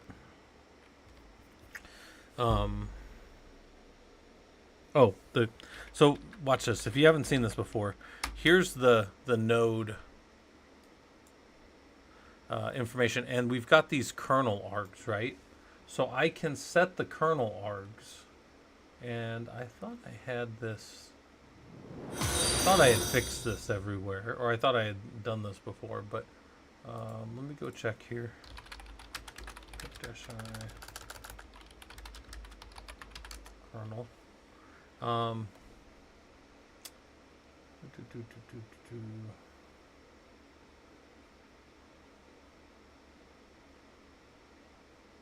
So let's do this. So let's say history grep-i set.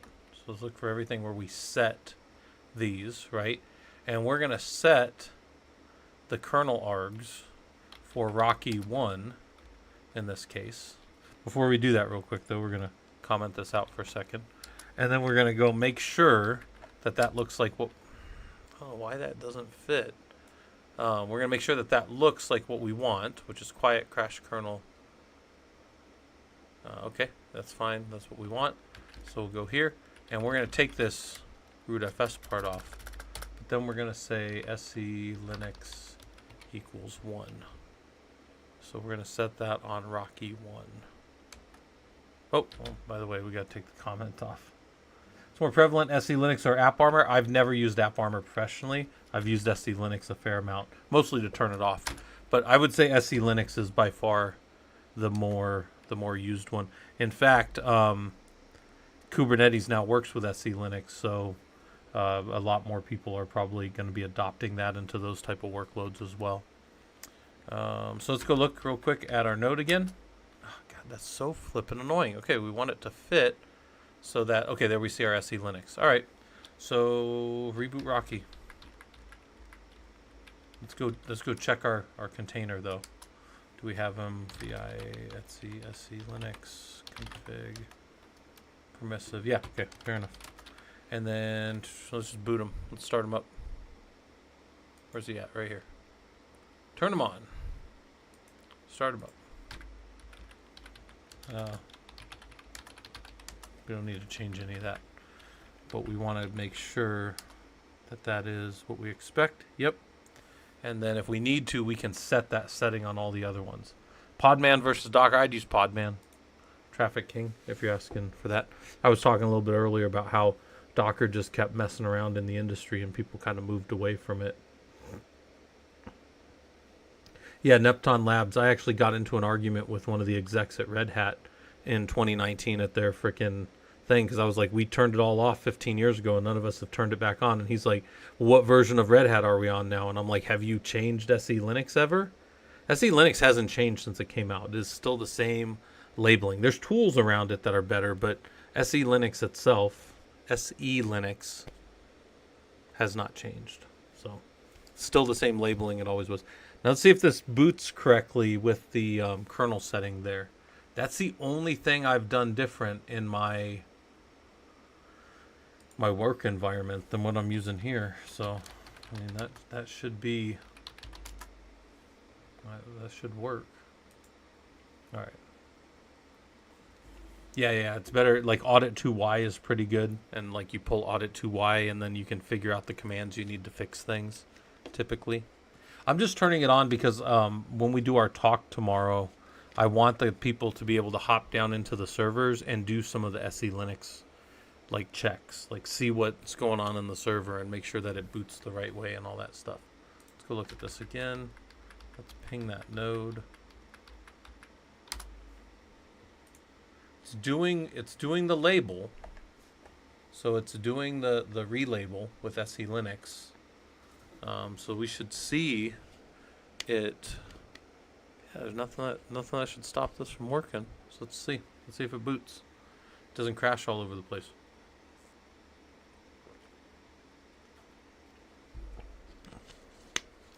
Also, I got some kind of alert over here in Twitch. Hold on, let me see what's going on here. Some Twitch alert. Oh, something to do with Ross. I think a bunch of people are over at TwitchCon right now. I think a bunch of streamers that I actually like watching are over there. But yeah, I'm just not gonna go. It's too much work. K8s versus OpenShift. Well, OpenShift you're paying Red Hat for. So I'd probably stay K8s for most companies, unless you really just want to pay Red Hat for OpenShift. I don't see a reason to do OpenShift unless you're an all Red Hat shop. That's just my thoughts on it, though. Although my brother's been running OpenShift for the last, I don't know, 5 years or so over at AAA, and I don't know if he likes OpenShift any more than anything else. He's got a Kubernetes. Let's see. So we're pinging, so it's coming up. My brother's got a Kubernetes certification, CKA, which I have 2 of the Kubernetes certifications, but I don't have OpenShift to compare it to, so I couldn't tell you. I would just tell you you'll probably get more bang for your buck going K8s because that's going to be more universal in the industry. But if you knew a shop was going to be all OpenShift, then obviously that. Yeah, Nepthon, right before you got here, probably, if you just came in the last little bit, we were talking about Firecracker and Proxmox, and people were naming off different ones that people use. I use XCP-NG, and that tends to work pretty well for me. This is where we need to get to. Does it get past this relabeling, or is this going to break? And it breaks on... We'll see. We want to capture it if we can, what's breaking over here. Because if it does... Hold on. No default for dev MQ. That shouldn't crash the system, though. So let's see. If we get a message of what's failed, then I can go in and probably find out what's broken or what's happening. So Zeta Saber, how's it going? We're just hanging out. It's Friday. Oh, look, system went down again. System went down again. Went down. Yep, down hard. So, let's force the shutdown of it. That's fine. Okay. So, something with that container. Still won't come up on SE Linux. So, let's go look. Got SE Linux 1 there. We could set that to SE Linux 0 and just see if it comes up, right? It's one of these things I like to just test. Like, can we get it to boot in this other configuration or with this other behavior? And the answer is maybe, right? Let's boot it again. When you do those changes, you don't have to rebuild the overlays, but sometimes overlay build is still good. Just build the overlay. Make sure Rocky 1 has built, yes. And then I'll go ahead and just start the VM backup. So now the VM's going to go and it's going to pixie boot off of that werewolf. And it's going to come up with a working, well, we hope a working image. Why, though, would the container not boot? That is the next thing. And I have some tricks up my sleeve. If this doesn't, so if I can't get anything out of it, because this is an ephemeral node. When it goes down, the logs are gone forever, right? But I have some tricks. If the log's coming up and the logs are sending over, they're going to Proxmox. So I should be able to go Proxmox. I have Proxmox in my Loki. They're going to Loki. Loki's my tool for that. So I could go query Loki and see if I'm seeing SE Linux errors. So that's one thing I can go start looking at over here, right, in my logs. I can come to, they would just be insecure, and I can just go to like Rocky 1 and see what Rocky 1 things have been happening. And maybe, let's see, what's today, the 20th? Okay, so it's 21st because it's set to UTC time. But maybe I can see... Well, it doesn't look like I'm seeing them. So none of those logs are coming in here because it's probably not all the way up yet by the time it gets there. But, oh, sorry, that's secure. Let's go look in messages. Let's go in messages for Rocky 1. So it's sending over... It's fine, updating the system. WW client is sending information in. And this is on the right time. So let's see over here what happens now. So we see the SE Linux coming up, and then it looks like it's bypassing the relabeling. Yep, so booted. Okay. So, well, we... doesn't help us any, though.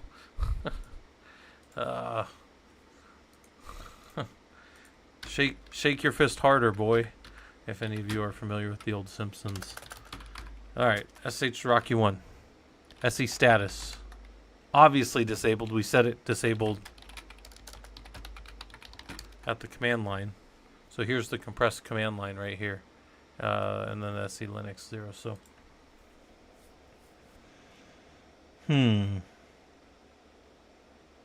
Oh, I do think I know how I fix this. So hold on. So, I'm going to go look up.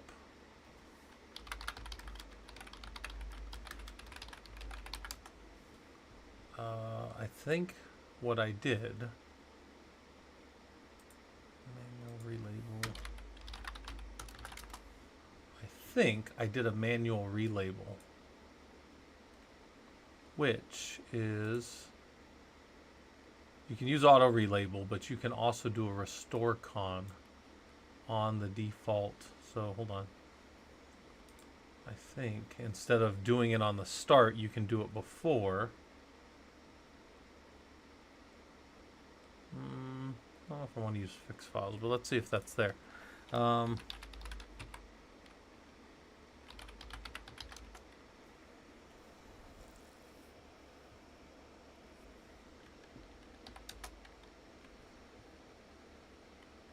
See what fix files does. I'm kind of curious here. I wonder if this will... If I can do this, I'll do this down in the container, and then we'll boot it, and it won't have to do the auto relabel because it'll find the labels. Then we'll go, okay, so SE Linux, SE status. Obviously disabled. But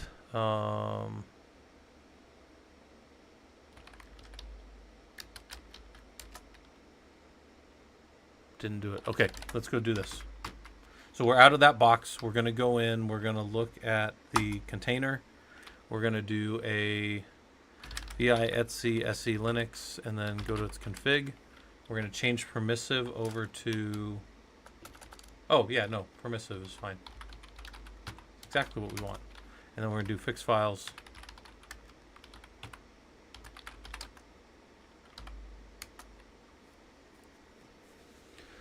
Let's see what this does now inside of... This is a chroot jail, right? This is a containerized environment right here for our Rocky Linux 9 lab container image. Let's see if this... Okay, it's doing it. That's what we need. So, syskernel tracing, I'm not too worried about. I'm not too worried about any of that. Yeah, all right, so see how we relabeled most of it? These are the additional labels right here. So let's exit out of this. So that'll clean all, do that build. Let's set the SE Linux on just that one box to 1, and then see if we can, on just the one node, we'll set them to 1 and then see if we can get them to boot. This is what we do, guys. We get the labs working. Get the systems going. All right, and then hopefully I'm not missing anybody's chats, but go check on the YouTube side. Anything going on? SmartOS can run Linux guests in lightweight Linux branded zones, or as a full VM using KVM. Nice.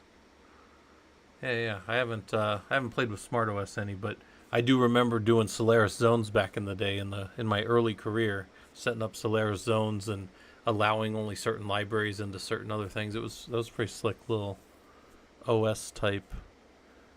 Well, back that was before Oracle got a hold of them. When Oracle bought Sun, then a whole bunch of things changed in the Unix world. So, all right, set back to 1. Should be that one. Yes. Rebuild the overlay. And we can just say for Rocky 1, right? So it'll just build the 1. And then let's go ahead and reboot Rocky. Container's been rebuilt, that's been rebuilt, and he's got the correct overlay. Yeah, he's got the right SC Linux. We haven't been messing with their overlays, but we rebuild them just so that if there's anything that needs to be put over there. We had to rebuild the overlays earlier when we were mucking around with the etcfs tab file, right? That kind of stuff. Because that's coming out of the wwinit overlay. So there's a lot, like this system, like I'm not telling everybody they need to go learn Werewolf. In fact, most of our Linux system administration stuff for the labs, I'm insulating you guys from that. I don't want you guys to have to learn that.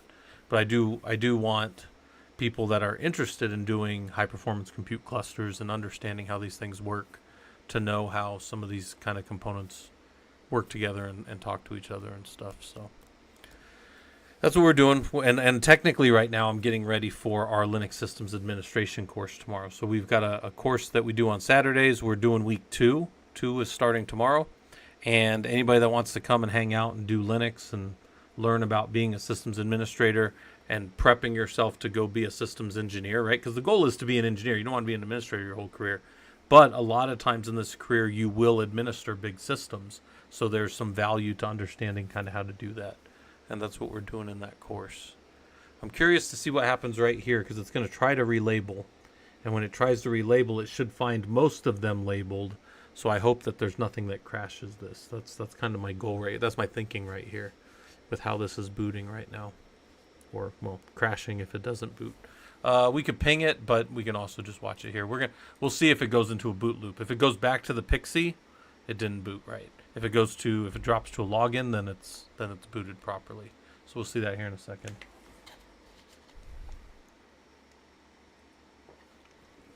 It's going to do its SC Linux setup, which we expect.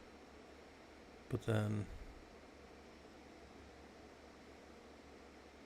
see if it fails or not. That's what we do. That's what we do, guys. All right. Anybody working on anything good? Anybody coming to the group tomorrow? What do we have? So down our Discord, we have, what does it say here? Let me go check. It says that we've got 160 people now. So 160 people say they're coming. We're right at the end of the first week. So if anybody's coming, you got to start working on, there's lab stuff to go do. You got to go in and there's a lab, there's a worksheet, and then there's 2 discussion posts. And you got to have them all done by the time we meet tomorrow. So maintainers get shade, builders get paid. That's actually a pretty good way to put that. I like that. Maintainers get shade, builders get paid. Yeah. It's and I think administration works fine. Like I still do administration work, but I mostly get paid for being an engineer, which is the way you kind of want to be, because engineers tend to make a little more. So, and we also talked about it. We're doing the systems administration course, and it'll finish right on December 28th, right? It's 16 weeks. And then some of the guys were asking if I would go and do like just a straight engineering course after, and I will if people want. I've been teaching engineering on the network and system side, and I will dig down into engineering if you guys want after. My job title is engineer, and they pay me for that, but I end up doing a lot of admin work. Yeah, you do. There's a lot of admin stuff. Oh gosh, don't crash. Oh, don't crash. Oh, don't crash. It might crash. It's going all the way down. We're going to see that syskernel tracing.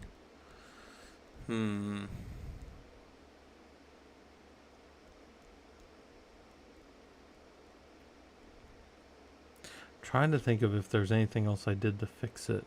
I might have to go look through my work notes. My work notes are separate than my personal ones, so I might have to go look at those. Hasn't crashed yet, but it's taken longer than I expect, so it's probably gonna crash.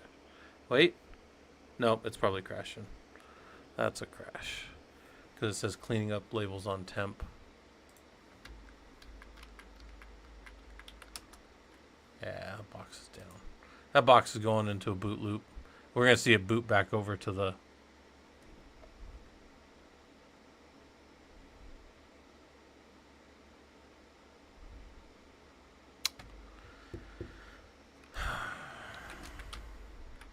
We'll see the ping busted again. Yeah, he's down. All right. All right. Let's stop him. We're shut down. All right. So what is different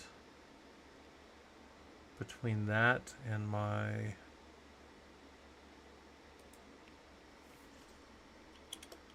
Hold on.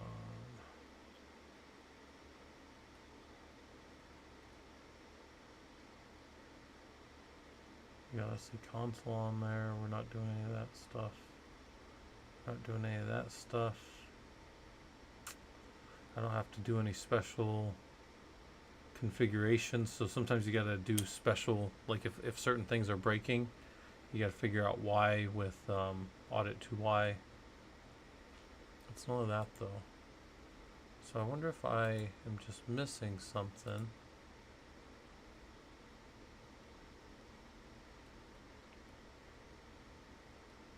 I set all those up.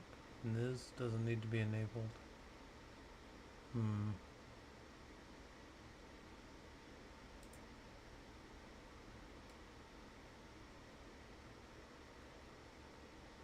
Okay. None of those things. None of those. Different cluster.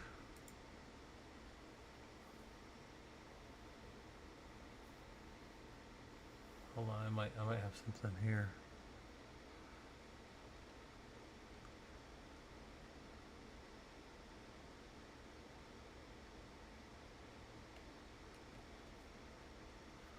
I've got how I set FIPS, but I'm not turning FIPS on for this, so we don't need FIPS. Traffic King question: which troubleshooting technique is more appropriate for the situation? What I'm doing is I am trying to figure out what's broken. Like, so I know where it's going to and breaking, and I'm trying to figure out what is... really, if I could look at logs, I would be looking at logs right now, but I can't look at logs because the way this boots, the logs are gone when it doesn't boot correctly. So I'm really just looking through other notes that I have because I've already spent this time and fixed this before, but I do not remember what I did. And that sucks because I don't want to try to figure this all out again. But what I've been doing is just making sure that the system looks as much like a working system as I can, which is all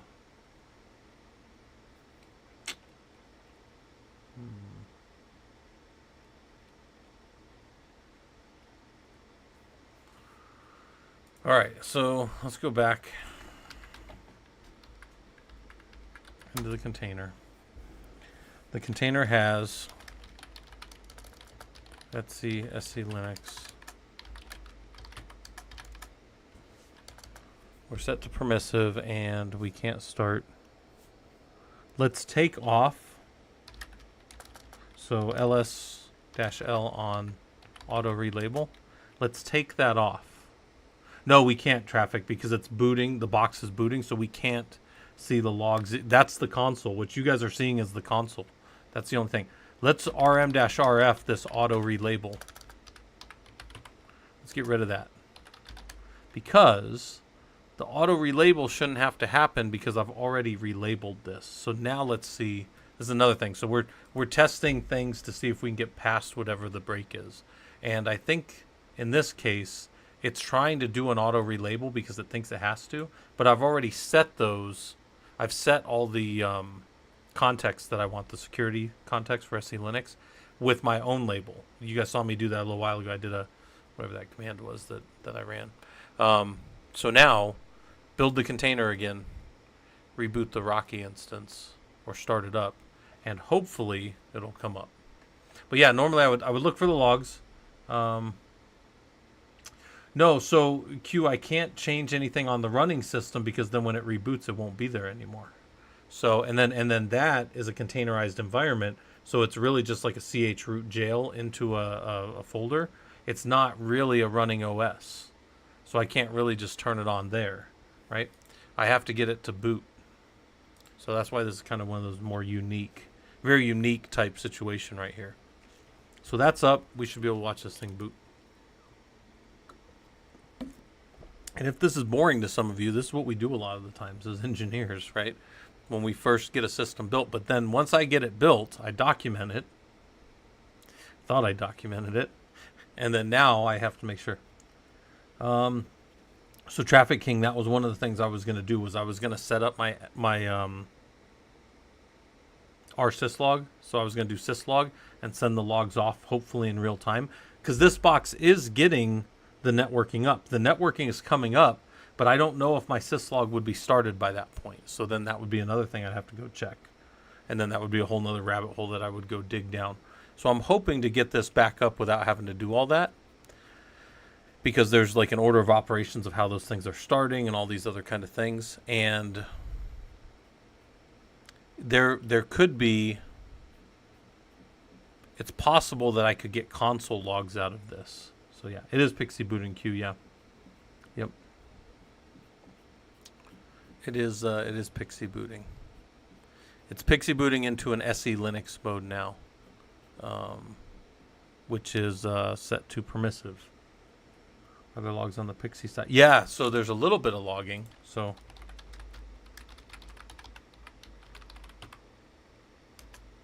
a little bit. Like I'll see the system pulling down everything, but I don't think I'll actually see anything here as it's provisioning.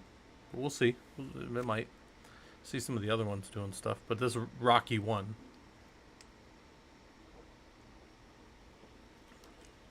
We care about the Rocky One box. He's pulled everything he needs already. Now he's just setting these things up on himself. I may be able to set that to send information over here. Let's see. I'm curious, because I'm pretty sure I did take that auto relabel out on my other nodes. Oh, you know what? I can go check that. Yeah.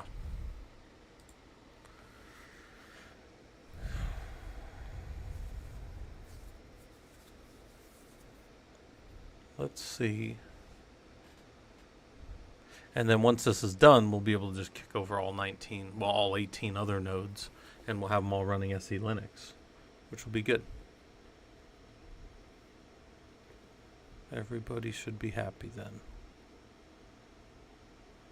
Yeah, I'm not seeing anything useful in that config or in that file.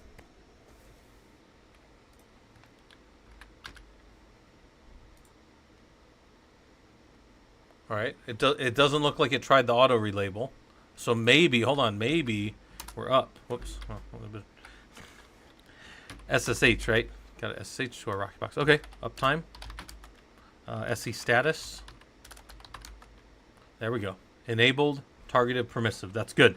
ls-lz, capital Z, on root has all of these system contexts now. Nefon Labs. I've been switching from Rocky to Alma for some reason. I'm happy we have 2 forks after CentOS. Yeah, so that's a good point. It's good to have Alma. I've done Alma and Rocky in my home lab. The reason all this is Rocky is because the Werewolf cluster management system is run by a company called CIQ, and they're also the ones, and that's the letter CIQ. Yep, just like that. And those are they're the company that actually runs Rocky Linux as well. So, yeah, I mean, look, I don't think either of them have any problems. This is what I've been doing kind of professionally the last 4 months, and there we go. We had to get away with we had to take out the auto relabel. So now I have to do a couple of things to make all the nodes look like Rocky. So watch this. This will be fun. I had to set it to SE Linux 1, right? So when I'm in Rocky here, right, we cat proc cmd line, which I'm always showing you guys, and there's my SE Linux 1, which, you know, I probably don't need that at the command line, but let's just set it on all the nodes anyway, so we have everything across the board the same. Let's go to exit here, and this will be fun. This will be a little bit of a Rocky lesson for you guys. When you do wwctl node set and then you set it like this, you can give Rocky like that, or you can give a range. So I'm going to say 2 to 19. And what I expect it to say back to me is, do you want to modify these 18 nodes? See, that's a problem. No, I don't want to modify those 0 nodes. 2 to 19. If I do 2... Yeah, well, I mean, it's good to test, I guess, but I've done this quite a few times, and it's always been that. Well, let's just do 2. And there would be the 1. Hold on. Make sure I'm not losing my mind. How do we set range of nodes in Werewolf? You guys will look at it and go, you're crazy, but you're not crazy for that reason. How do we set a bunch of nodes in a range? There's a bunch of individual nodes. No, we want a range. Where's the range at? That's literally useless right there. Let's see if they tell us how to do a whole range.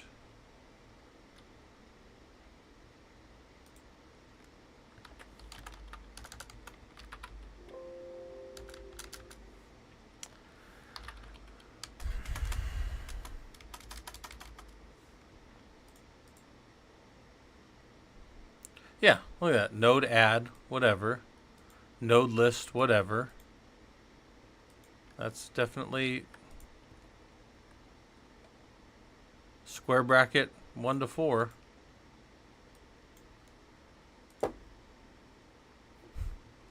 Alright, well, that's fun. Alright, well, can we do a dash force? It's gonna ask us every time. Dash F.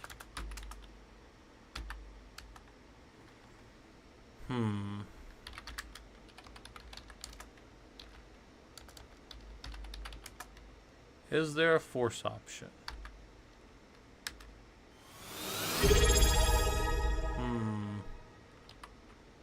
I don't see one. Less than T. How's it going? It's been a while. Yeah, we're just we're hanging out, working on Werewolf and getting the lab going. But you know what? Let's do this a different way. Let's do this let's back this completely out and go the other way, because that's the other way to do this, right? Before I go there, let's go back to our Rocky 1. Where's he at?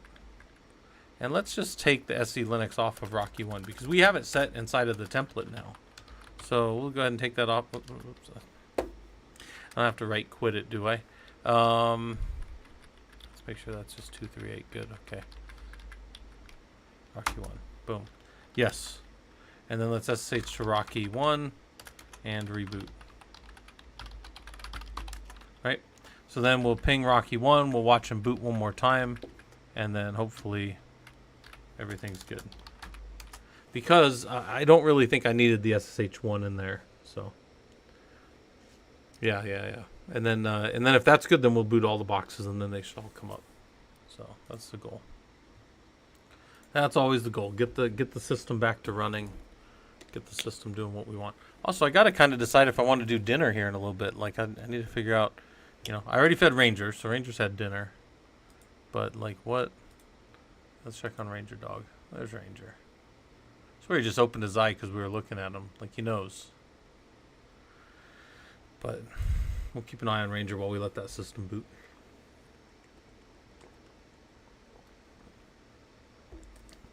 Oh yeah, Q, I get it. That was me when I was younger. Do I go work out or do I just go to sleep tonight? But dinner's not on the table. I'm just kidding. I don't know if I've ever been. Yeah, I've been that bad off a few times in my life, but not since I started engineering. Mostly when I first got out of the Army, I guess. Alright, let's let this boot.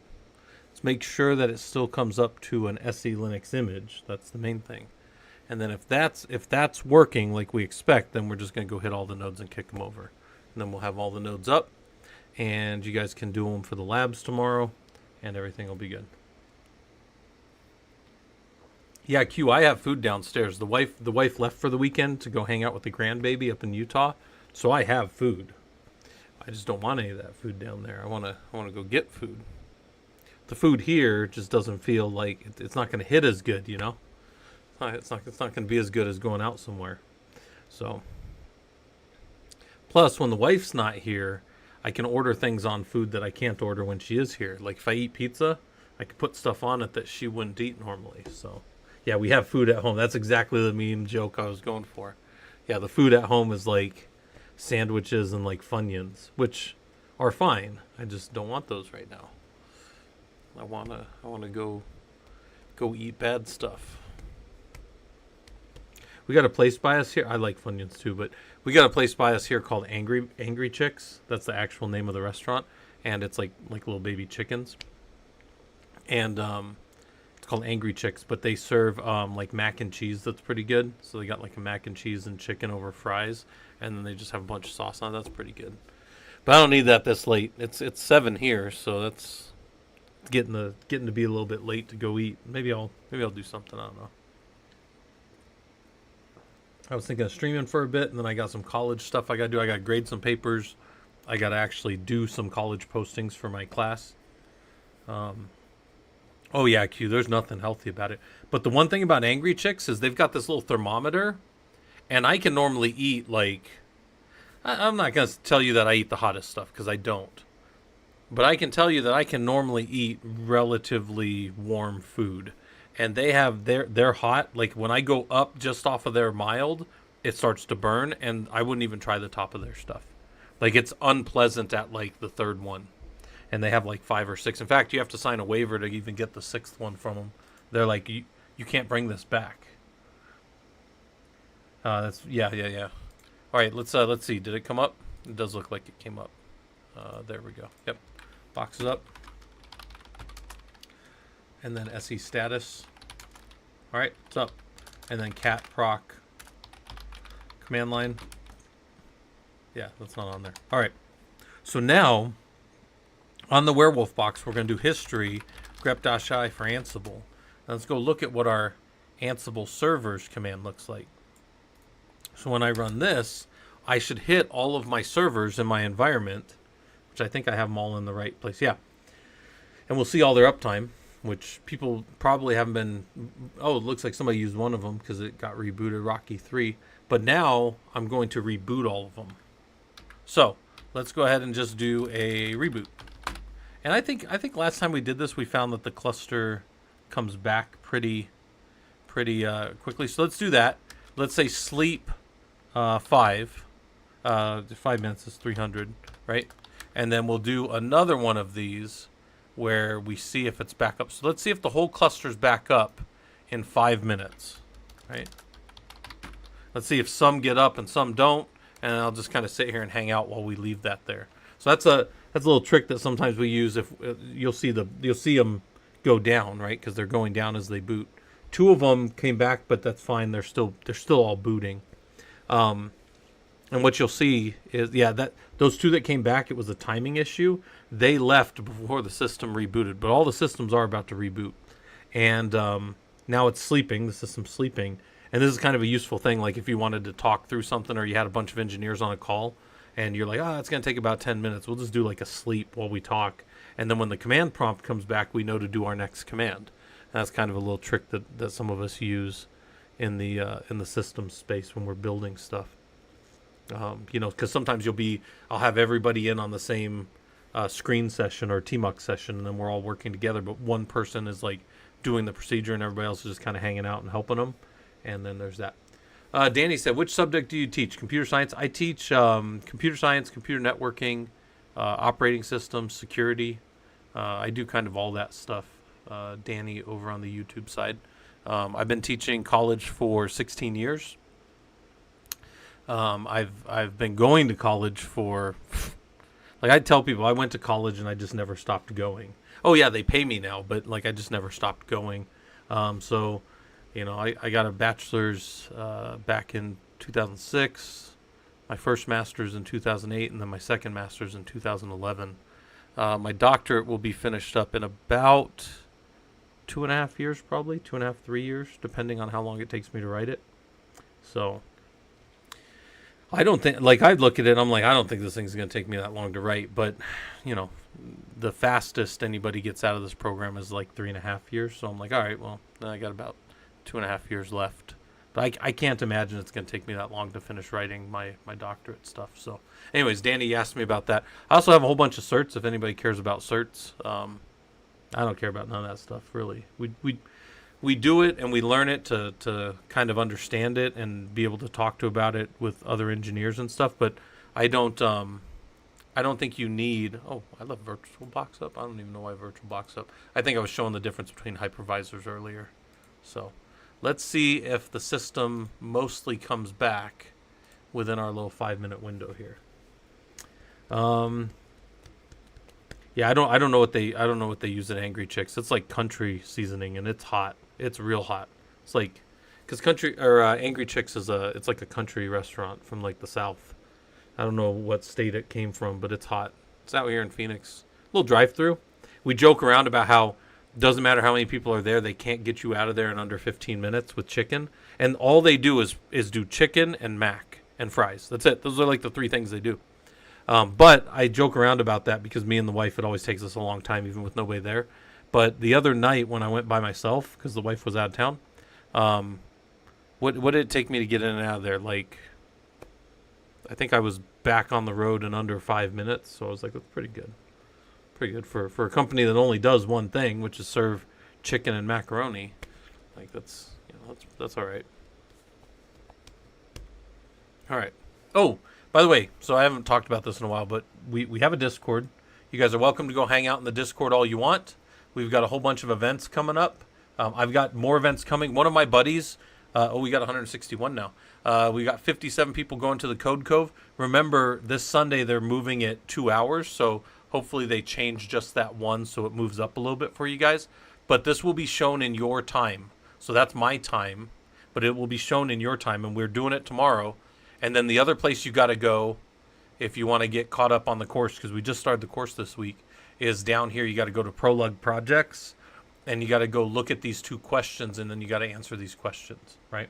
I'm not going to go over them now, but they are recorded from Sunday. So I have a live session, and I started a, what's that called, guys? I started a, like over on the YouTube side, I have a list. I don't know what they call it. It's like a playlist. Oh, playlist, yeah. And I have Unit 1 is the only one in there. Now, next week, or at the in a couple of days, I will record Unit 2, right? And then we'll go from there. All right, this is still waiting. We haven't even hit 5 minutes yet. So, systems are booting. I see one of them. I only can see one console at a time, but I see the system console coming back. All of them are pulling at the same time, so I'm putting a bit of a strain on the system, but it shouldn't be that bad. And then I should be able to see the system come up here. In my cluster where I run this for the location which is out in Hawaii that's running this, the way we do it, the provisioning network is on 100 gig Ethernet. So that 100 gig Ethernet, let me think. I take it back. We have InfiniBand, and that's 200 gig InfiniBand, and that's what we provision over. So provisioning is like much faster, and can handle. What do we have in there? How many nodes with it? This is failing, by the way, because they're not all up yet. What is that? That's probably, how many nodes is it? It's like 11 racks. I want to say it's like 32 per rack. So, oh yeah, about 360 total when you add the other stuff. And I think we got about 360 total. And then no, I don't know what your message retracted means. I think you tried to say something and it got, hopefully it didn't get auto-modded. I don't know. I never set up any mod stuff on YouTube because I don't really know how the YouTube live stuff goes. I just stream to both places. So hopefully you guys over there are seeing what you need. What are the specs on the server that are running that many VMs? This node is, so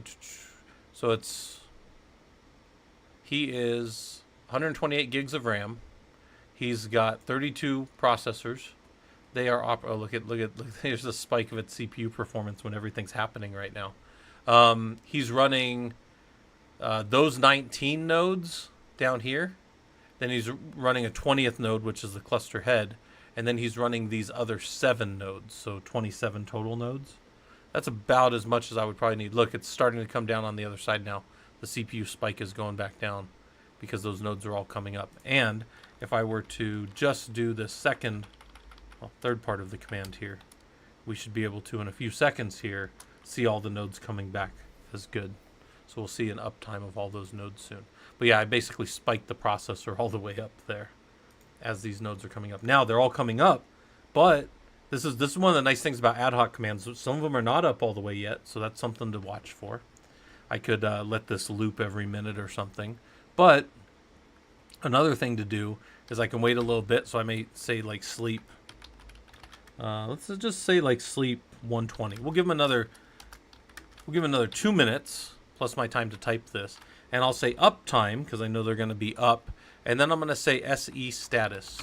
So I'm just sending over, like I'm just lobbing over a shell command to each of them, and they will respond back to me inside of an Ansible console the control of that shell command. What is the rc.standard out of that, not even rc.standard out, just standard out of that shell command, which is uptime semicolon SE status. So I'm just dumping 2 commands in there. So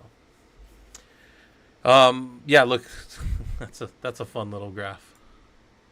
This is what happens in my cluster when everything that is all on one machine, when we reboot all of the nodes. It's about a 4-minute boot until they come back to a stable configuration. That's a kind of fun one right there. That's what happens when I boot all my nodes at once. But if you guys go into the labs and do stuff in the labs and then you just reboot the node and leave, or even if you don't reboot the node, you just leave it up, then you will find that it's not going to spike the CPU like that. It's not going to cause any problems at all. It should be fine. By the way, you can grab the graph down here and go, well, what's it look like while we've been working on stuff tonight? Here's kind of what's been happening as I've been booting those different nodes. Well, mostly Rocky 1 all night. Here's the different configs and changes, you know. But only when I booted all of them did I spike my system, right? Now it's sitting here, it's waiting, and then it's going to give us some stuff. We expect SE status to give us a response of targeted and permissive. That's what we should see. Also, any output that doesn't say SE Linux disabled is really what we want. And since all 19 of these are the same, we saw it on Rocky 1, all of these other ones should just be clones of it. So that's what we're going to do. And we're just going to sit here and wait for our 120 seconds to count out in the sleep, and then it'll execute the next part of our command. So this is what we do, guys. This is systems engineering. This is building out and getting my cluster ready. There we go. There's our nodes up, and we don't see any red yet, so hopefully none of them are busted. We could do it one more time just to be sure. Let's just run a clean one and make sure everybody's coming back with non-red colors, right? There we go. Nothing red. Everything up. SE Linux is on. So when I tell people, hey, jump into the labs and let's look at this tomorrow, everybody will be able to get in and see that SE Linux is on. So that's good. Now it's in permissive mode, but what does that mean to be in permissive mode? SH to Rocky 1. And let's just say tail-f on var log secure, or var log messages is good. And I should see things happening in here that have to do with SE Linux. So we'll leave that session open. We'll jump over here, sh to Scott at werewolf, because that's where my key is. Don't worry about that. Scott at werewolf. Get in there, sudo-i to root.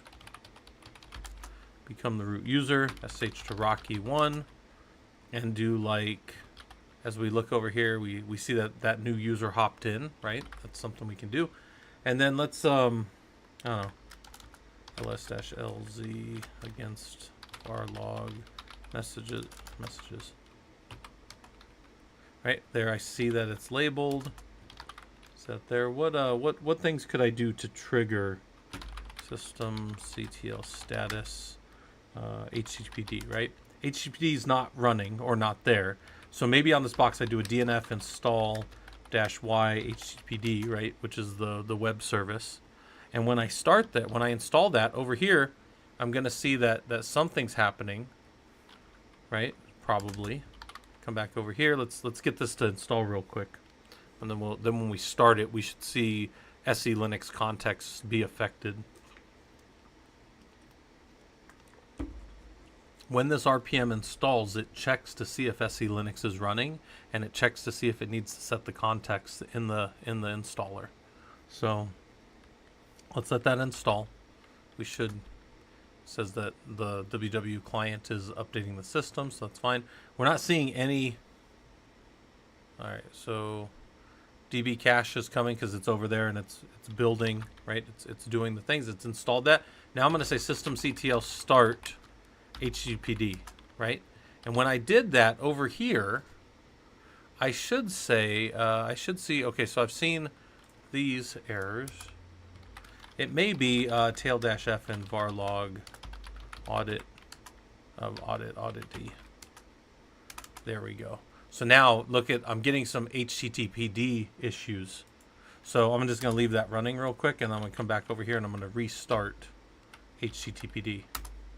And when I do, and I come over here, it's going to give me some messages like systemd is doing something, but like what it's trying to do, this unit HTTPD com systemd is trying to,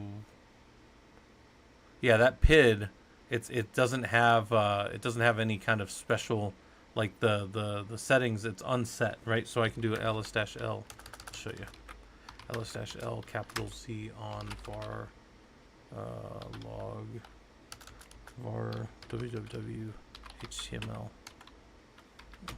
lzd,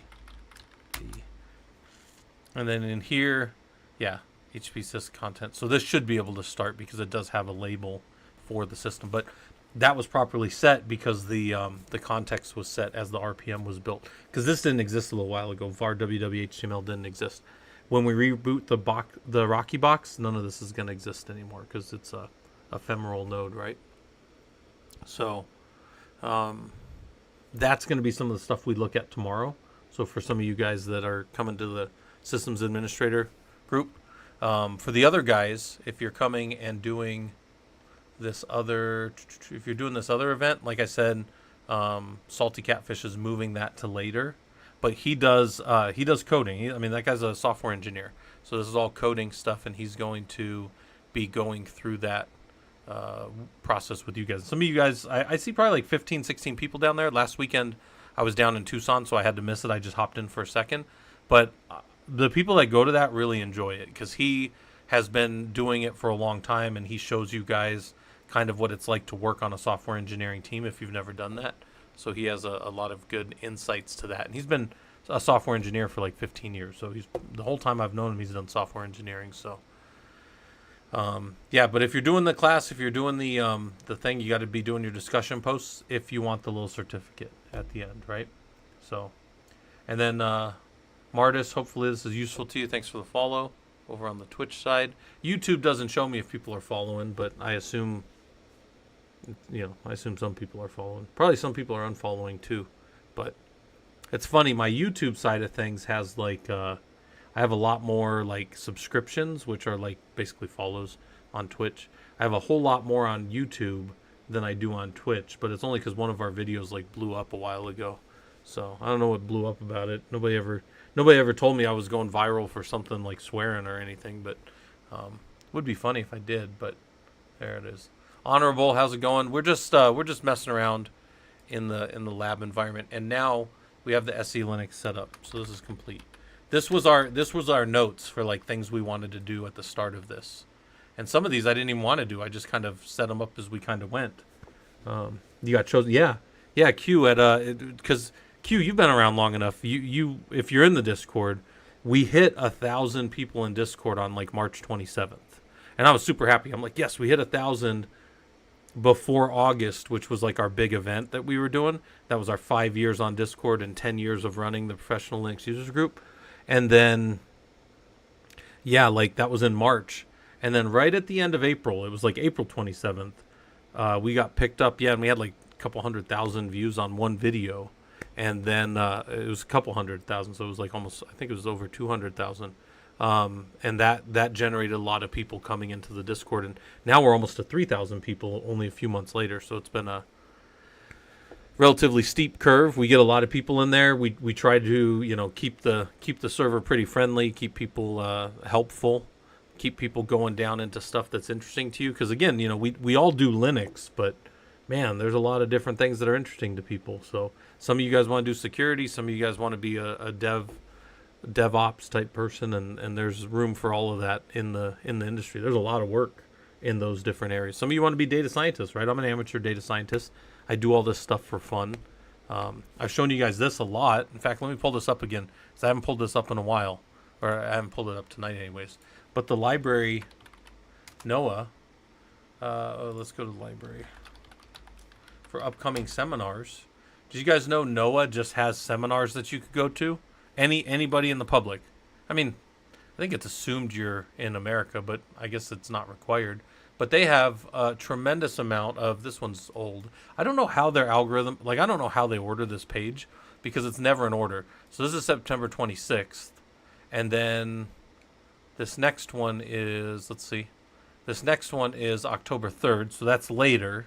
But then sometimes you'll get one that's earlier, so this is October 2nd. I don't know how they pick this crap, guys. But I can tell you all of these things are places to go. Let's say you have no contacts in the industry. Go watch this and read what people are doing. Did you guys know there's all kinds of free tools and data that you can get out of NOAA to do your own projects? What's like the adult equivalent of doing like a little 6th grade science project? Go get free data. Use some of the tools that are out there. Use open source tools. We got a lot of people in our community that'll help you. We got a whole data science channel, or I think we call it data analytics. Yeah, we got a whole data analytics channel. If you want to go ask questions in there and see about, what's going on, and you're like, hey, I got this cool data and I want to analyze it in some way, I bet you a few people would try to help you out. I definitely like doing that stuff. That's interesting to me. So anyways, my point is there's a lot of ways out there to get into this, even if you're not going to be like just down in the, I always tell you guys, I'm down like in the engine rooms keeping all the servers running, right? Like I'm down, like I think of my servers as a bunch of like a fleet of ships pushed off into the night, and then I'm down there, like Scotty in Star Trek, like I can't give her any more, Captain. Like, and I'm trying to keep the servers all running and maintained and configured. That's what my role tends to be. But there's a whole bunch of different stuff that you guys can play with and kind of mess with. So, now, by the way, if we look at Rocky now, look at all this. We see the system updating. I can probably go here. And, I don't have audit coming in. So I can't get, I could do audit, and I could get all my SC Linux messages up here if we wanted to. Yeah, making TPM sweat when I break stuff. That's funny. Yeah. Some of you guys were here earlier. We were talking about the checklists and figuring out, all the things that can go wrong with like SSHD. So you go to like SSHD or SSH, then you just add that as a filter and look at everything. And here's all the things that you need to harden for SSH inside of an Ubuntu server. Because the question was, who determines when a system is hardened enough? And the answer to that in the government space is your ISSO or your ISSM, which is your Information System Security Officer or Information System Security Manager, right? And yeah, you just harden systems. This is what we do. This is engineering. Building stuff, hardening it, getting the information to where it's usable. Because I can query any of these things over here and get, I could look at the data here and go, SE Linux. Is there any SE Linux in messages across my environment? And then where is it? Yeah, here's some stuff going on. Some relabel stuff, some relabel messages maybe that might be useful to me for troubleshooting later. I see it happening across the whole cluster because look, here's Rocky 18, 19, 11, 15. Whatever this is there. But maybe I need to go figure that out before I get through acceptance testing or something, right? So this is what we do, right? Like this is systems administration, systems engineering. This is the life. How's Ranger doing? That dog. All right. Well, we're at 2 hours and 40 minutes. We should find if anybody, let's see if anybody's on right now. Can I rate anybody? Is anybody doing anything fun? Who do I follow that's on?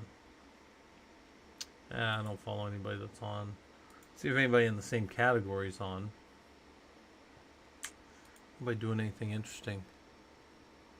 Honorable said, do I do any kernel level hardening? Well, I don't do it. Like, I don't compile my own kernels, if that's what you're asking, Honorable. No.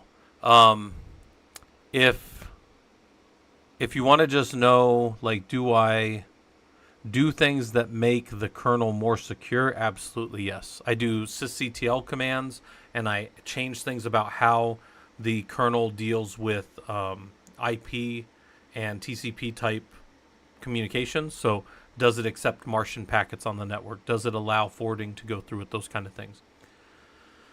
That's part of it. But I also, as part of my hardening procedures, I pull out everything that's not part of the modules that should be there. So I remove modules that aren't necessary, and then we blacklist them so they don't come up. And then Ramsey said, what motivates me to share my knowledge? Well, the main thing that motivates me, actually, and this might surprise some of you, those of you that know me probably won't be surprised by this, but I realized very early on in my engineering career that I was going to have to stay in school. Like for IT, you are going to have to be in a classroom. And I decided very early on that I wanted to be in front of that classroom instead of in the classroom, because I'm like, either way, I've got to be in a classroom.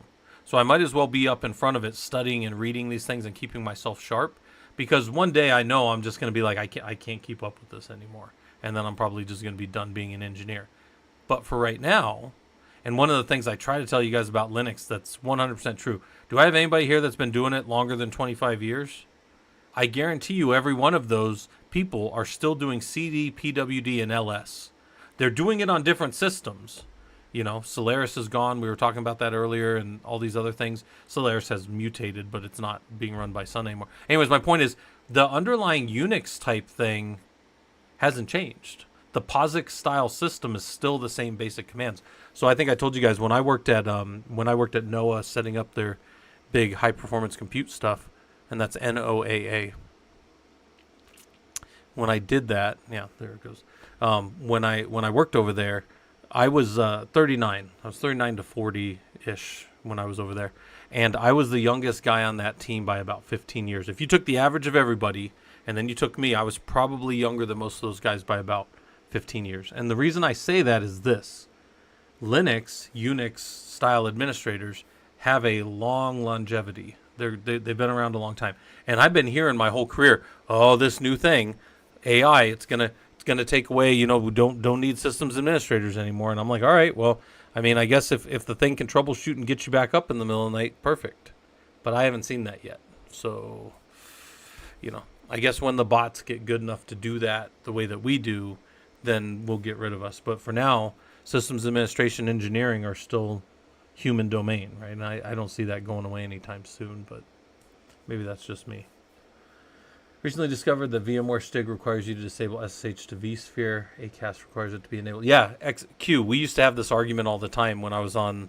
So when I was on the platform engineering team, when I was the lead over there, we had the VMware guys on under my boss Daniel, and VMware for hardening, you turn off SSH. There's no reason to be able to SSH into those boxes, but to check them, you have to turn on SSH. So the guys used to always tell the security guys, I'm not turning on SSH. Check it. Go ahead and check it. You've got permissions, but you've got to check it some other way. I'm not going to make this inherently more insecure just so that you can check something. And they used to get really mad at them. And they're like, well, if you can't check it, nobody else can. That's what they used to tell them. Those guys would get so mad. And they're like, well, SSH isn't open, so it's not available for you to use. And the security guys would get mad at them because they didn't know another way in. So security guy or our VMware guys would just tell them, well, I'm not turning it on. That's part of our security posture. I'm not doing it. So, all right. I don't have anybody to raid, so I'll probably stop here then. You guys are welcome to come tomorrow. We're going to be doing the Linux Systems Administration course.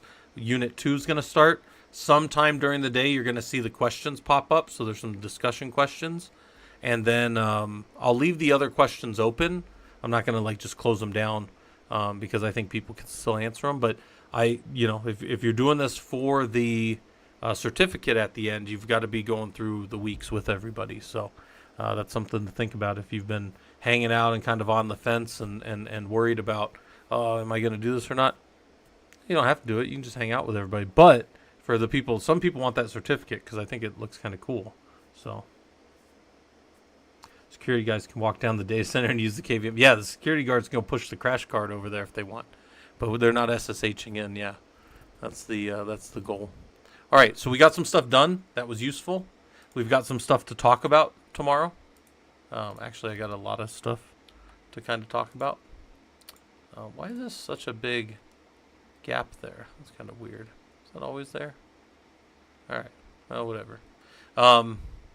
Yeah, so feel free to come by. I might stream in the morning because the wife's out of town, so I might do some streaming. And I've got a few things to clean up with the course so that I have everything ready. But I'll do the same thing like I did this time for anybody that's interested. It'll just be down here in the ProLUG projects. I will just dump the new questions, and then I'll clean everything up, and I'll dump the Unit 2 materials. So then you can download them. And I will make a kind of like this one where the worksheet, not everybody wants to use, a docx format or a Word type format. So I made one that was in a just a stripped down format for you guys. And I'll do that again. So if you just are like, hey, I'm going to do it in VI, okay. Grab this, go throw it in VI. I'm fine with that. But as long as you can get it on your system here, then you can get whatever you need. All right. Well, then with that, let's go to our little end of stream. Where's our little end of stream? Here we go. And I will, let's see. I'll be back on. Yeah, I'll be on sometime tomorrow. If nothing else, I'll be in the Discord at the appropriate time. We've moved over to the conferences and guest speaker channel. So it'll be like a big platform, and hopefully we can fit everybody. We had 90 people there last Saturday, so I'm hoping even more come this next time. So, all right. I don't have anywhere to raid you guys, so I'm just going to